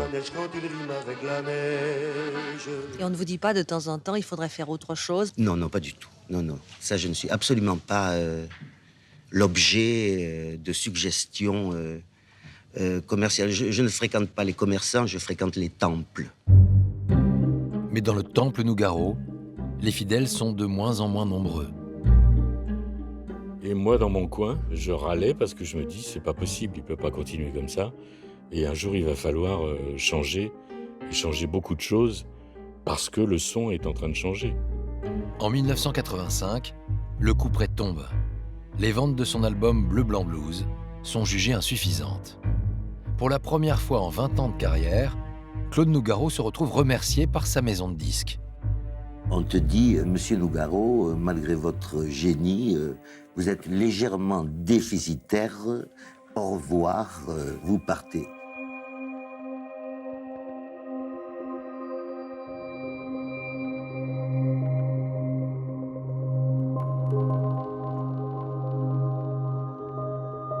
C'est un artiste sujet à la dépression et passant d'un état euphorique provoqué ou pas par un verre de vin à un état complètement dépressif. Et donc c'est pas facile. Avec les méfaits de l'alcool, je veux dire, tout d'un coup, les démons sortent, quoi. Parce qu'en même temps, on ouvre une porte, mais c'est des fois le diable qui pénètre dans l'appartement de ces neurones, quoi. Alors là, c'est pas bon. Pour le faire sortir de cette impasse et le remettre en selle, Mick Lanaro a une idée. Reste à convaincre le chanteur de le suivre. J'ai appelé Claude, je lui ai dit, écoute Claude, voilà, je sais que tu n'as plus de maison de disques, j'ai appris ce qui s'est passé avec le label Barclay. Tu es pourtant un grand artiste, un monument de la chanson française. Là-dessus, il me coupe la parole. Et il me dit, oui, un monument sur lequel les oiseaux viendront chier. Voilà. Donc je reprends mon souffle Et j'ai dit oui, tu es un grand artiste, mais mes enfants ne te connaissent pas. Et là, c'est un premier choc pour lui. Comment? Et donc, je sens que j'ai planté une banderille là où il fallait. Piqué au vif, Claude Nougaro accepte de travailler avec un compositeur français qui perce aux États-Unis. Il s'appelle Philippe Sess. En janvier 1987, il s'envole donc loin de la France, dans la ville qui le fait rêver depuis son enfance, New York. Hélène Nougaro, son épouse, nous a confié des clichés jamais diffusés de ce séjour inoubliable qu'elle a vécu à ses côtés. Il aimait New York, l'énergie de New York. Puis c'était la ville du jazz pour lui, c'était une ville mythique. Ce mois de janvier, là, on marchait beaucoup, beaucoup. J'étais un enfant de 58 ans qui se rappelait que New York était là. Dans cet environnement stimulant, Claude retrouve l'énergie de reprendre la plume et de coucher sur le papier l'émotion vécue en débarquant dans la ville. Le texte de New York, je l'ai écrit absolument en état de dictée, quoi, c'est-à-dire comme l'éjaculation des bons textes, quoi.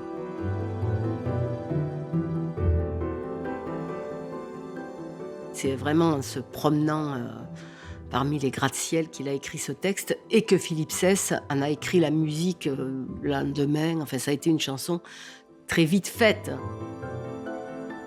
Le chanteur pose sa voix sur la musique de Philippe Sess. Les nouvelles sonorités combinées à des paroles qui claquent changent tout. Mick Lanaro a conservé la maquette déjà très aboutie de cet enregistrement. Elle dormait dans ses archives depuis 35 ans. Il a accepté de la diffuser pour la première fois. J'ai senti le choc, un souffle barbare, un remous hard rock. J'ai l'aérogare, j'ai changé l'époque, comment ça démarre sur les starting blocks.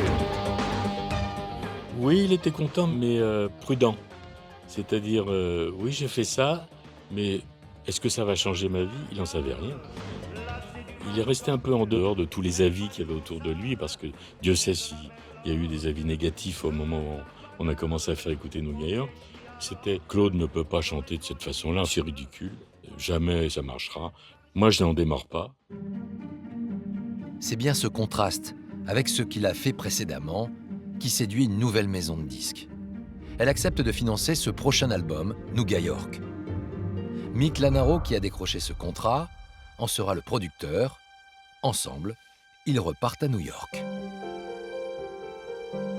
Philippe Sess a eu la bonne idée de faire filmer les sessions d'enregistrement qu'il nous a confiées.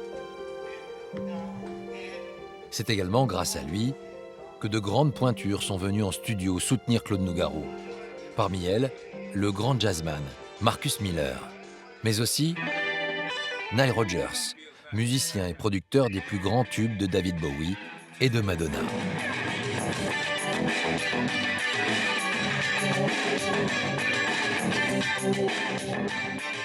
Claude a mis ce costard de New York, ce costume sonore, comme on enfile un jean, quoi. C'est ah bah tiens, il me va bien, et puis voilà.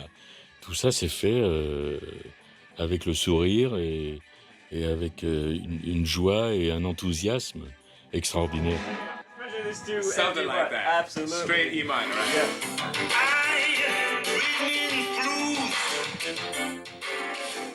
Y a du gaz dans ton eau, plus que ta peau sur les os, désolant mélodrame. Claude faisait une prise par chanson. Je lui demandais d'en faire une deuxième par sécurité. La deuxième prise était aussi bonne que la première. Et on s'arrêtait là. T'as plus ton Walkman. Ah, Jao, tire-moi de la bouse, du rythme in flouze. L'album se fait en un temps record, un tour de force, d'autant que Claude Nougaro ne parle pas vraiment anglais.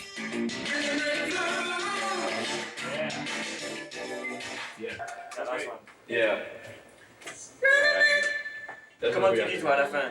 Du rythme and blues. C'est ça que c'est, hein? Sors-moi de la bouse, du rythme in... moi je dis pas rhythm, ils disent comment. Moi je dis rhythm blues. Okay, you're gonna have to fake that one. You're gonna have to say rhythm and blues. Rhythm and blues. Then at the end you become American, but right there you're French.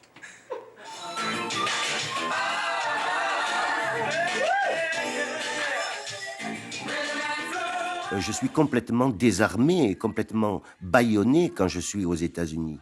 Étant complètement handicapé au point de vue de la maîtrise des autres langues, j'ai affaire à un peuple purement sonore, mais dont le sens m'échappe continuellement. Si j'avais la maîtrise de la langue anglaise, j'aurais pu avoir des rapports avec les musiciens directement, faire d'autres rencontres. Ma seule émanation, c'est le langage. Elle me fait mouette, je lui fais mouette, on se fait mouette, et puis ça y est. Oh là là, yendele, yeah. Easy, Tony. Super, on écoute. Le 18 octobre 1987, Nougat York est dans les bacs. Très vite, Nougaro se met à passer un nombre de fois incalculable par jour, alors que Nougaro ne passait jamais sur ses radios. Et ça a tout déclenché, évidemment. Ça a créé un enthousiasme incroyable. Dans la ligne de coque, un nouveau départ, solide comme un roc, une fuite dans l'art, ici, Nougat York. L'album de l'année est Nougat York, Claude Nougaro. Pour la première fois en près de 35 ans de carrière, le chanteur est enfin récompensé et reçoit 2 victoires de la musique, celle du meilleur album, mais aussi du meilleur interprète. J'ai un beau destin. J'aurais passé ma vie à faire mes débuts. Et je veux remercier très sincèrement, ici ce soir, Miglan Naro, qui fut l'instigateur de ce disque, Philippe Sess, qui, à New York, m'a ouvert les portes de son superbe talent et de son amitié.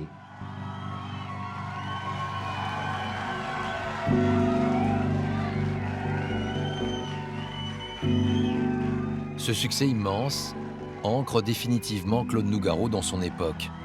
À partir de ce moment-là, il va continuer de chanter, mais aussi de s'intéresser aux groupes qui émergent dans les années 90, et particulièrement ceux de sa ville natale.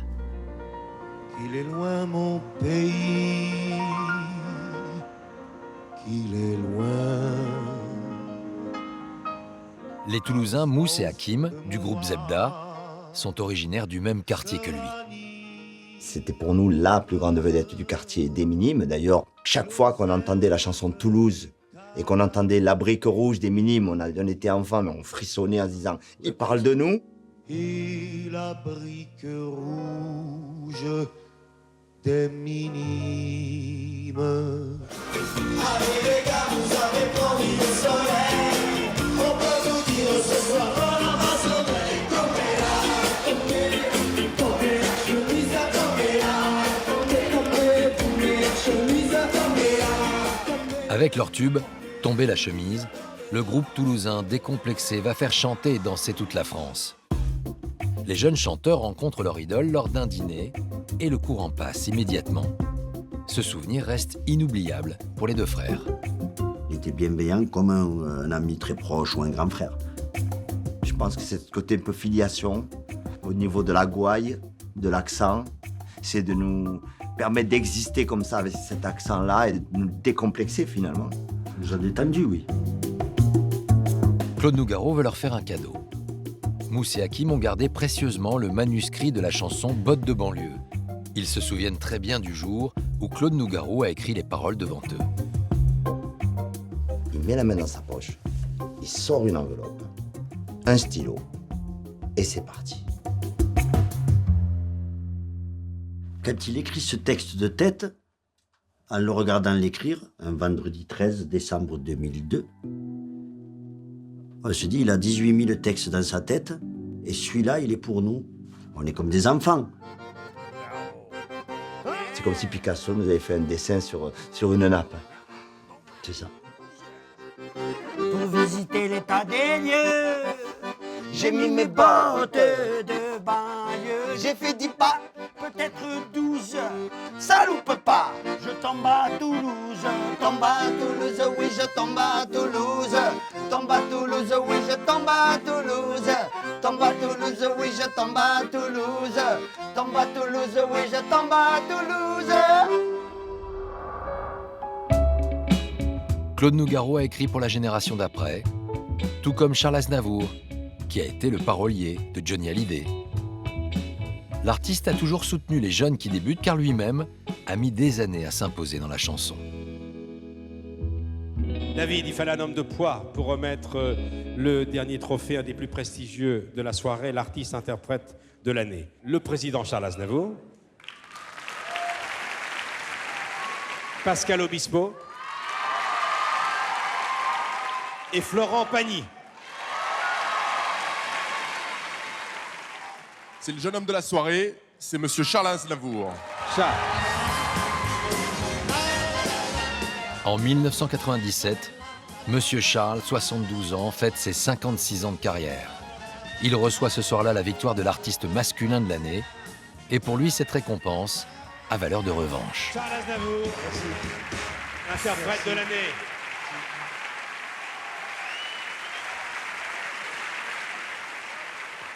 Je voudrais remercier particulièrement ceux qui ont dit que je ne savais pas chanter, que je ne savais pas écrire, que j'étais petit, que j'étais laid et que je ne ferais aucune carrière. J'ai lu ça quelque part. C'était quoi, il y a 40 ans? On a dit ça à peu près pendant une vingtaine d'années. Pendant 20 ans? Pendant une vingtaine d'années, mais le public, me semble, n'a pas lu ni écouté ce que l'on racontait sur mon compte, puisque lui m'a soutenu depuis presque le départ. Cela dit, vous ne l'avez pas oublié, parce que dans votre chanson sur le métier, vous faites référence aux critiques Je fais référence, qui vous taillent en pièces. Non pas parce que je n'ai pas oublié, mais parce que je voulais dire à mes jeunes camarades qu'il n'y a aucune raison de désespérer. Vous voyez déjà en haut de l'affiche, en 10 fois plus gros que n'importe qui, mon nom s'étalait. Vous voyez déjà adulé et riche, signant mes photos aux admirateurs qui se bousculaient. J'étais mais le plus grand. Ces critiques violentes, le chanteur en a fait un moteur dès ses débuts. Il a encaissé les coups pendant près de 20 ans. L'ambition ne l'a pas lâché et il a fini par faire mentir tous ses détracteurs. Je n'avais ni rêvé d'être une vedette, ni d'être un grand personnage. Je voulais être un numéro de spectacle et je voulais gagner ma vie dans le spectacle toute ma vie. Sous mon maquillage. Et puis, un jour, j'ai eu la possibilité de devenir une vedette. Et à partir de là, j'ai voulu être une grande vedette. Un peu en prenant de l'âge. Mais j'ai des idées, je connais mon métier et j'y crois encore. Comment Charles Aznavour a-t-il réussi à faire reconnaître son talent? Pour le comprendre, il faut revenir au milieu des années 50. Ces images, totalement inédites, ont été tournées chez lui, à Galuy, en région parisienne. Il apparaît ici, à gauche, sur sa terrasse, en robe de chambre. Cela fait déjà 15 ans qu'il a débuté dans la profession, mais sa carrière d'interprète ne décolle pas. Pour vivre, il fait un peu l'acteur et surtout il signe des chansons pour les autres. C'est ce qui lui a permis d'acheter cette belle maison. Ses archives personnelles appartiennent à Fred Mella, que l'on voit à ses côtés. Il est le soliste des Compagnons de la chanson, un groupe qui pendant des années a accompagné Édith Piaf. Avant, faut tout de même qu'on vous avertisse, c'est que ça fait 7 ans que nous n'avons pas chanté ensemble. Alors on a bien essayé de la répéter, de la retrouver, mais on n'est pas certain de l'avoir retrouvée complètement. Alors si vous entendez des fois des cloches superflues ou des la la la, vous inquiétez pas, c'est pas grave. De toute façon, à la fin, on arrivera à la conclusion. Hein? Une cloche sonne, sonne, sa voix d'écho en écho. C'est la môme, elle-même, qui a provoqué la rencontre entre Fred Mella et celui qui était alors son assistant, son homme à tout faire, un certain Charles Aznavour. Comme je m'occupais tout de même des éclairages, je conduisais la voiture, je voyais un petit peu la vie qu'elle menait, puis je la voyais en scène tous les soirs. tout ça, ça a influencé ma manière de travailler. J'ai assimilé tout ce que j'ai appris, je l'ai appris à travers elle. C'est elle qui est à l'origine du coup de foudre amical entre Charles Aznavour et Fred Mella. Les deux hommes ont le même âge, le même amour de la musique et sont tous deux fils d'immigrés. La seule différence, c'est la réussite. Fred Mella est le leader d'un groupe populaire, tandis que son ami cherche encore à se faire connaître. Faute de succès, Aznavour doute et pense un temps jeter l'éponge et tout arrêter. Pour le faire sortir de sa morosité, ses copains l'entourent lors de l'été 1956 dans le sud de la France. C'est Fred Mella qui fixe sur la pellicule ces moments de simplicité et d'insouciance.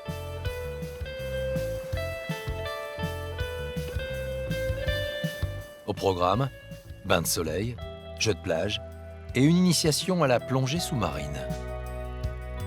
Mes amis font partie de ma seconde famille. J'ai deux familles. Et puis, je n'ai pas de copains. Je n'apprécie pas tellement le copinage. Je veux avoir des amis à 100%, ce que j'appelle des vendus. Moi, je suis vendu à eux et je demande à mes amis d'être vendus à moi.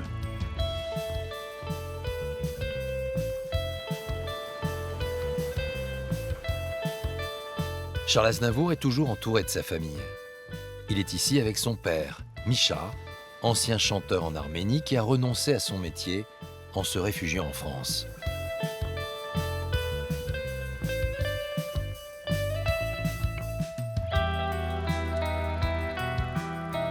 Grâce à cette parenthèse enchantée, Charles Aznavour reprend confiance en lui et décide finalement de persister dans cette carrière d'interprète. 6 mois plus tard, en janvier 1958, il est l'invité d'une émission de télévision en direct qui vise à mieux le faire connaître. L'effet recherché va-t-il se produire? Charles Aznavour, vous venez de dire à Odette Laure que vous seriez capable d'aller chanter avec les Compagnons. Moi, vous savez, voir ça. il faut pas le provoquer, hein. N'est-ce pas? Je m'habille en compagnon et je vais chanter avec les Compagnons. Pour la première fois avec Charles Aznavour comme soliste, le Galérien. Je me souviens de ma mère, et je suis aux galères. Pour prouver qu'il a de la voix, Charles Aznavour joue le soliste aux côtés de son ami Fred Mella et des 8 autres compagnons de la chanson. Ne traîne pas dans les ruisseaux, te bats pas comme un sauvage. Ils reprennent ensemble un succès du groupe, Le Galérien, un ancien chant de bagnard russe, un titre qui traduit bien ce qu'il vit. Charles Aznavour, quel âge avez-vous? 33 ans. Depuis combien de temps faites-vous ce métier? Eh bien, j'entre dans ma 25e année. 25e année. Et quelles sont vos origines? Je suis d'origine arménienne. Mes parents, avant de venir en France en tant qu'émigrants, étaient acteurs en Arménie. Et puis, arrivés ici, ma foi, ils ont été restaurateurs, ce qui était beaucoup plus nourricier. Et vous avez des parents en Russie qui continuent à être artistes? Oui, j'ai encore des parents, que je ne connais pas du tout, mais qui continuent le métier. Il y a une chose assez bizarre, c'est que... Oui, j'avais un grand-père qui avait horreur des artistes. L'entretien a à peine démarré que le chanteur a déjà du mal à se faire entendre. Et le public l'interpelle. Après ce début mouvementé, l'interprétation d'un de ses titres en solo, volontairement éloigné du micro, va se révéler un désastre.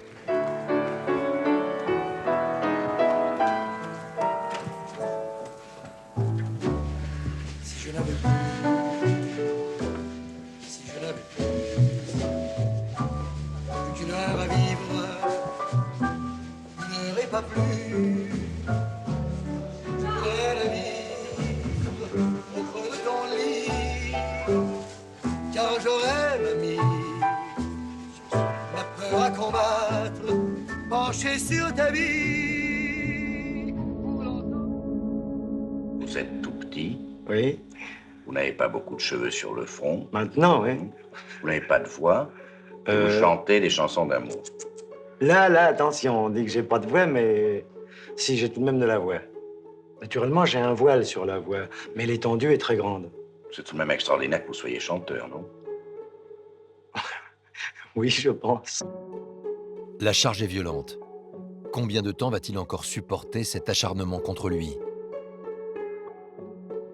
Gérard Davoust, producteur et ami du chanteur, n'a rien oublié de cette période.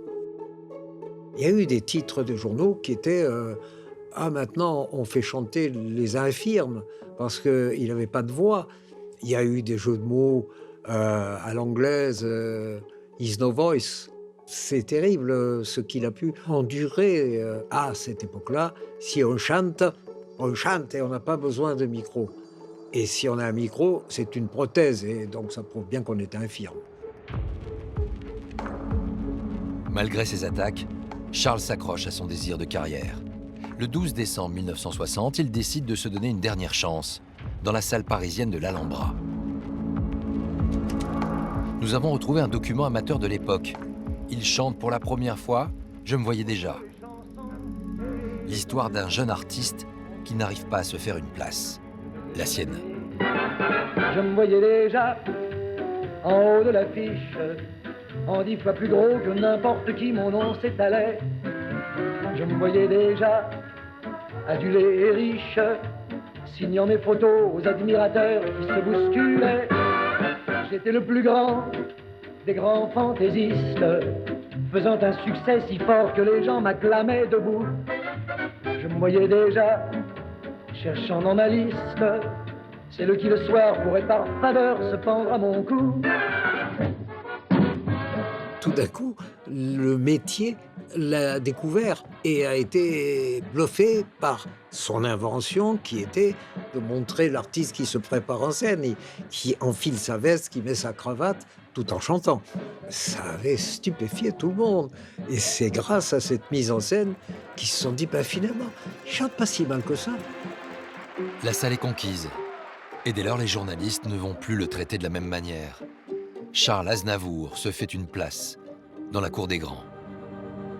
Là, il y a un numéro de boutonnage et de déboutonnage, mais qui n'est pas gratuit. Ah non, non. Qui correspond à l'évolution. Oui, à partir de là, j'ai fait attention à chaque chose. Oui, en effet. Là, ça traduit bien les espoirs et l'usoire. Et puis l'effet scénique avec les éclairages. C'est ça. Premier tour de chant où j'ai compris que l'éclairage était important pour moi.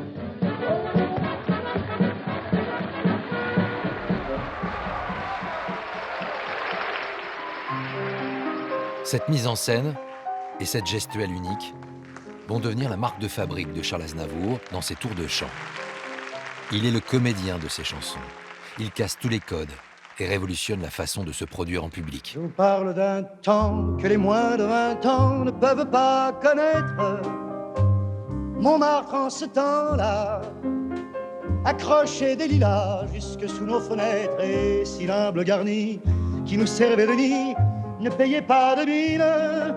C'est là qu'on s'est connus, moi qui criais famine et toi qui posais nu. La bohème,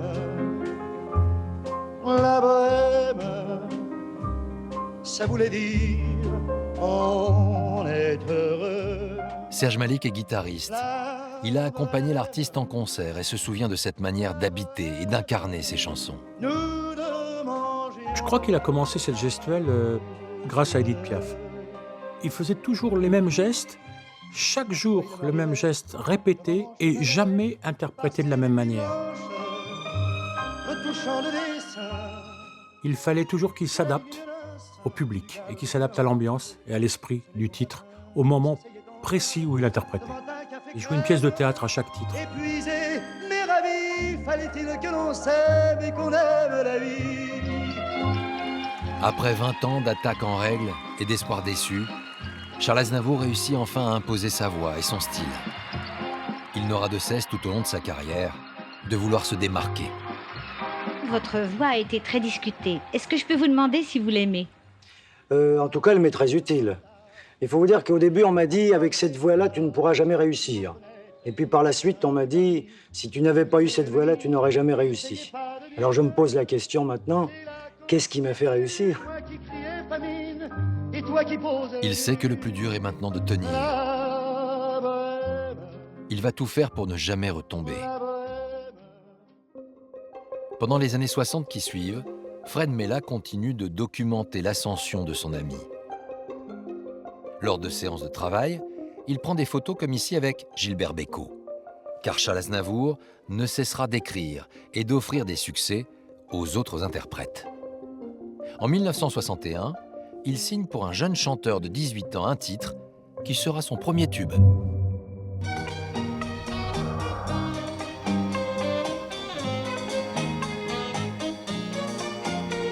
Retiens la nuit pour nous deux jusqu'à la fin du monde. Retiens la nuit pour nos cœurs dans sa course vagabonde. Serre-moi fort. Ce qu'on ne sait pas, c'est que j'ai été presque à l'origine de beaucoup de carrières avec une chanson. Que ce soit La plus belle pour la danser, Retiens la nuit. J'ai toujours été là au départ.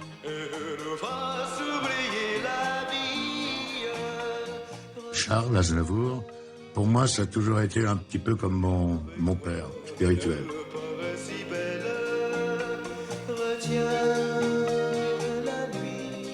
Il s'est pris l'affection pour moi et à l'époque, il habitait à Montfort-l'Amaury. Et moi, j'habitais dans un petit studio à Paris et il me dit, bah, écoute, peux-tu rester dans ton studio, viens chez moi. Et j'ai habité chez lui pendant 2 ans. En signant ainsi des succès pour la nouvelle génération, l'artiste assoit un peu plus sa stature et son aura en France. Mais Charles Aznavour a une ambition plus grande. Il veut égaler le parcours de son mentor, Édith Piaf, être la grande vedette française à l'étranger. C'est en accompagnant Édith Piaf et les Compagnons qu'il avait fait ses premiers pas d'artiste aux États-Unis. En 1963, puis en 1967, il revient cette fois en vedette à New York pour se produire dans une salle mythique, le Carnegie Hall. Remplir une grande salle outre-Atlantique, l'exploit n'est pas mince. Fred Mella y assiste, c'est lui qui filme son ami dans les rues de la ville. Après New York, le voyage se poursuit au Canada. Le meilleur moyen de visiter le monde, à moindre frais finalement, c'était d'aller travailler dans le monde entier, d'y gagner sa vie et de visiter. Et de rencontrer des gens et d'avoir accès à une autre cuisine, à un autre folklore, une autre manière de vivre. Ces voyages le nourrissent et l'inspirent. Cette même année 1967, au retour d'un voyage à Macao, il va coucher les mots de ce qui deviendra l'un de ses plus grands succès. Moi qui n'ai connu toute ma vie que le ciel du Nord, j'aimerais débarbouiller ce gris environ de bord. Emmenez-moi au bout de la terre, emmenez-moi au pays des merveilles. Il me semble que la misère serait moins pénible au soleil. Dans les bars, à la tombée du jour, avec les marins. Le nouveau train de vie de l'interprète d'Emmenez-moi fait jaser, à une époque où afficher sa réussite financière est très mal vu. Mon rêve a été la Rolls. Et dès que j'ai pu me payer une Rolls, je me suis payé une Rolls. C'est mon plaisir, c'est mon rêve d'enfant, il est là. Où je vois tant dans mes bras l'amour qui est comme un fou. Pour de moi, je me pends au cou de mon rêve.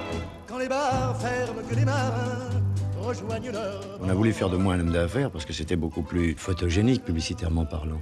Mais qu'est-ce qu'un homme d'affaires? C'est quelqu'un qui brasse des affaires. C'est quelqu'un qui vend quelque chose. Moi, je suis plutôt comme une fille de joie, c'est moi que je vends.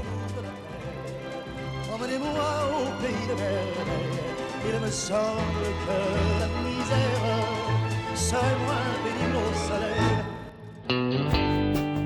Voici maintenant 10 ans que Charles Aznavour ne cesse de conquérir de nouveaux territoires. Et pourtant, il n'est jamais rassuré sur la suite de sa carrière. Son métier laisse peu de place pour la vie de famille, à de rares exceptions. Comme le baptême en 1970 de Katia, son 3e enfant né de son union avec Oula Torcel, sa 3e épouse. Ces images n'ont jamais été dévoilées.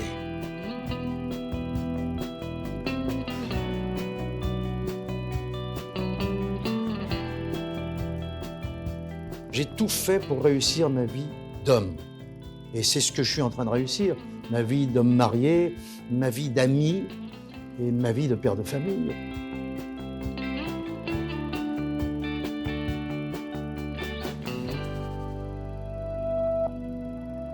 Derrière l'apparente décontraction du chef de famille, il y a l'angoisse de l'artiste de perdre ce qu'il a mis des années à construire. Car au milieu des années 80, le chanteur est moins en vue.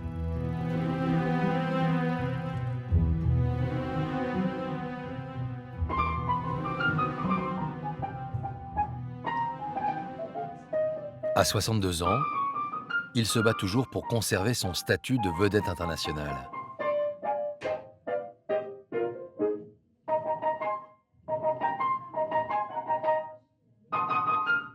Un statut qu'il a réussi à décrocher en enregistrant tous ses plus grands tubes dans 6 langues.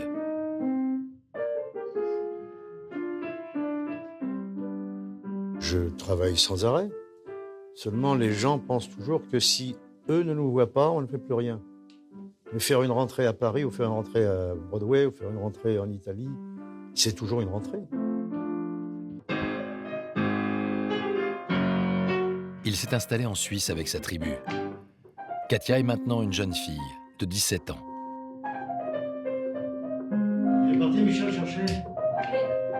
Et où est la chienne, d'abord? Nicolas est le petit dernier. Nicolas, viens ici. Tout on s'en fout, viens là. Et Micha, né 6 ans avant lui, sont les plus jeunes. Comme vous, oui. Pas possible, pas possible. Oh, Twiggy, elle va s'embêter pendant une semaine. Oui, elle va s'embêter. Pour continuer à exister médiatiquement, ne pas se faire oublier, le chanteur accepte une séance de photos en famille à paraître dans un magazine. Et Nicolas, si tu pousses encore, je tombe. Hein. Ils sont fous, lui. Nicolas, je te vois plus du tout. Voilà. Bon, parfait, c'est super. Merci beaucoup.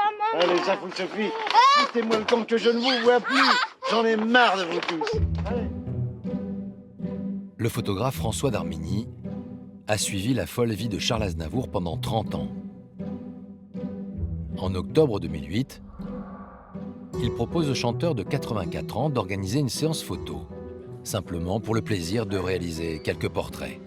Voyons un peu ce que ça fait là. C'est bien. C'est très Toulouse-Lautrec. Hein? Toulouse-Lautrec. C'était comme ça? Ouais, ça c'est bien, j'adore. C'est toujours de bonnes choses. Sans tourner ta tête, regarde-moi sans tourner. Ouais, voilà. Génial. C'était le grand truc de mon temps. Voilà, Contrairement aux artistes qui souhaitent se retirer de la vie médiatique avec l'âge, Charles Aznavour cultive son image pour entrer dans la légende. Il savait quand j'étais bien placé, il sent la lumière, il a été acteur. Je me souviens que toutes les photos qu'on a faites à Cuba, dès que je lui ai dit ce qu'on allait faire, que j'allais louer des voitures, qu'on allait au bar de Hemingway, on allait faire les photos là-bas, d'un seul coup, il est dans un film. La photo, c'est du cinéma. Il y avait un côté le parrain, ce côté mafiosi à la Aznavour qui était sympa. Et ça, bah, il adore, il adore.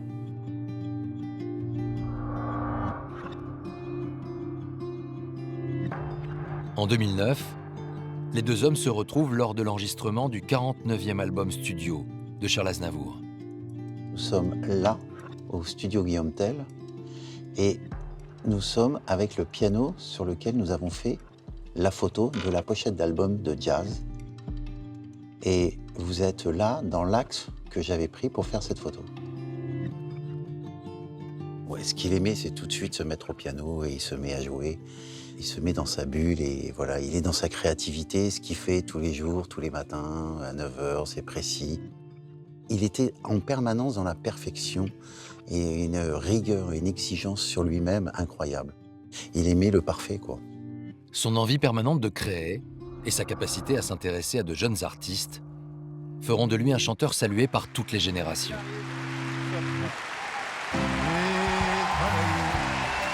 Des années sans repli, jour et nuit pour réussir, pour gravir les sommets,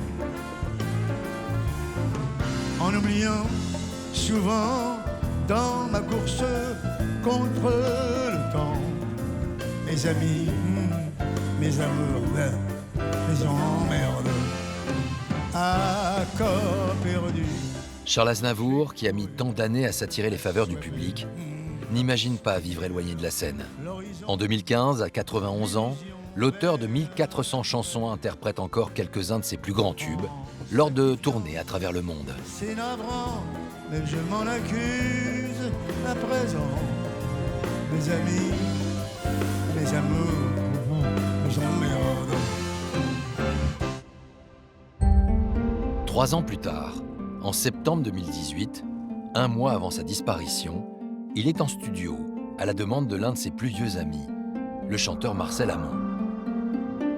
Le fils de Marcel Amont nous a confié les images des coulisses de cet enregistrement.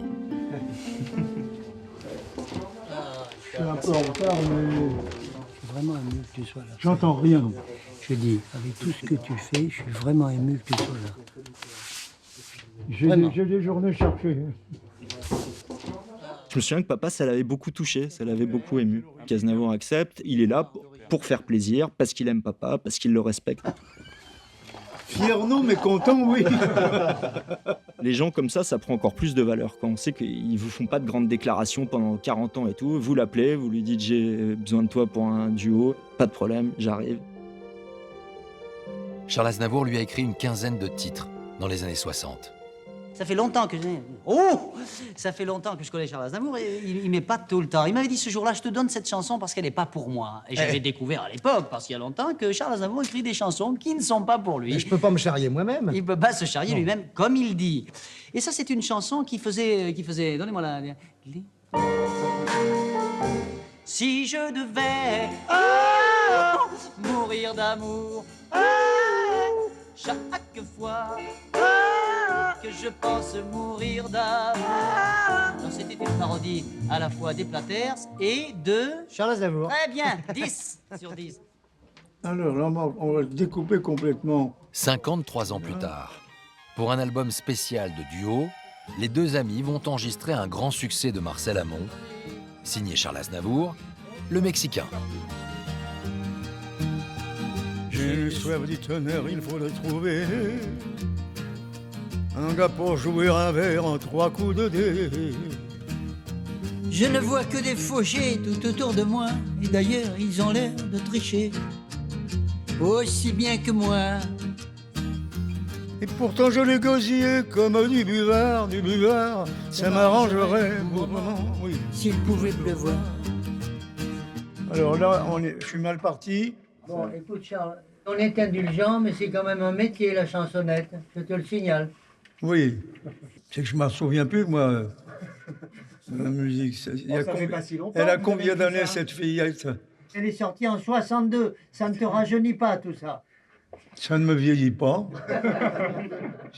Il y a des gens qui vieillissent, il y en a qui prennent de l'âge, je fais partie des seconds. Bon. Un Mexicain basané est allongé sur le sol, le sombrero sur le nez, anguise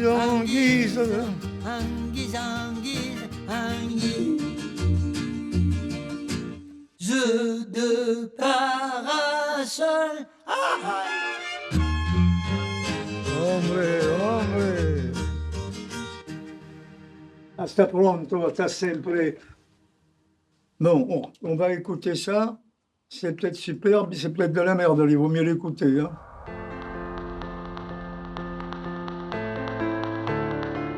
Toutes ces archives inédites nous ont fait entrer dans l'intimité de Renaud, d'Annie Girardot, de Claude Nougaro et de Charles Aznavour. Elles nous ont révélé à la fois leur grande sensibilité, leur fragilité et leur capacité à se relever et à se réinventer. Il reste d'autres histoires à raconter, d'autres archives secrètes à trouver pour continuer à explorer la face cachée de ces grandes personnalités.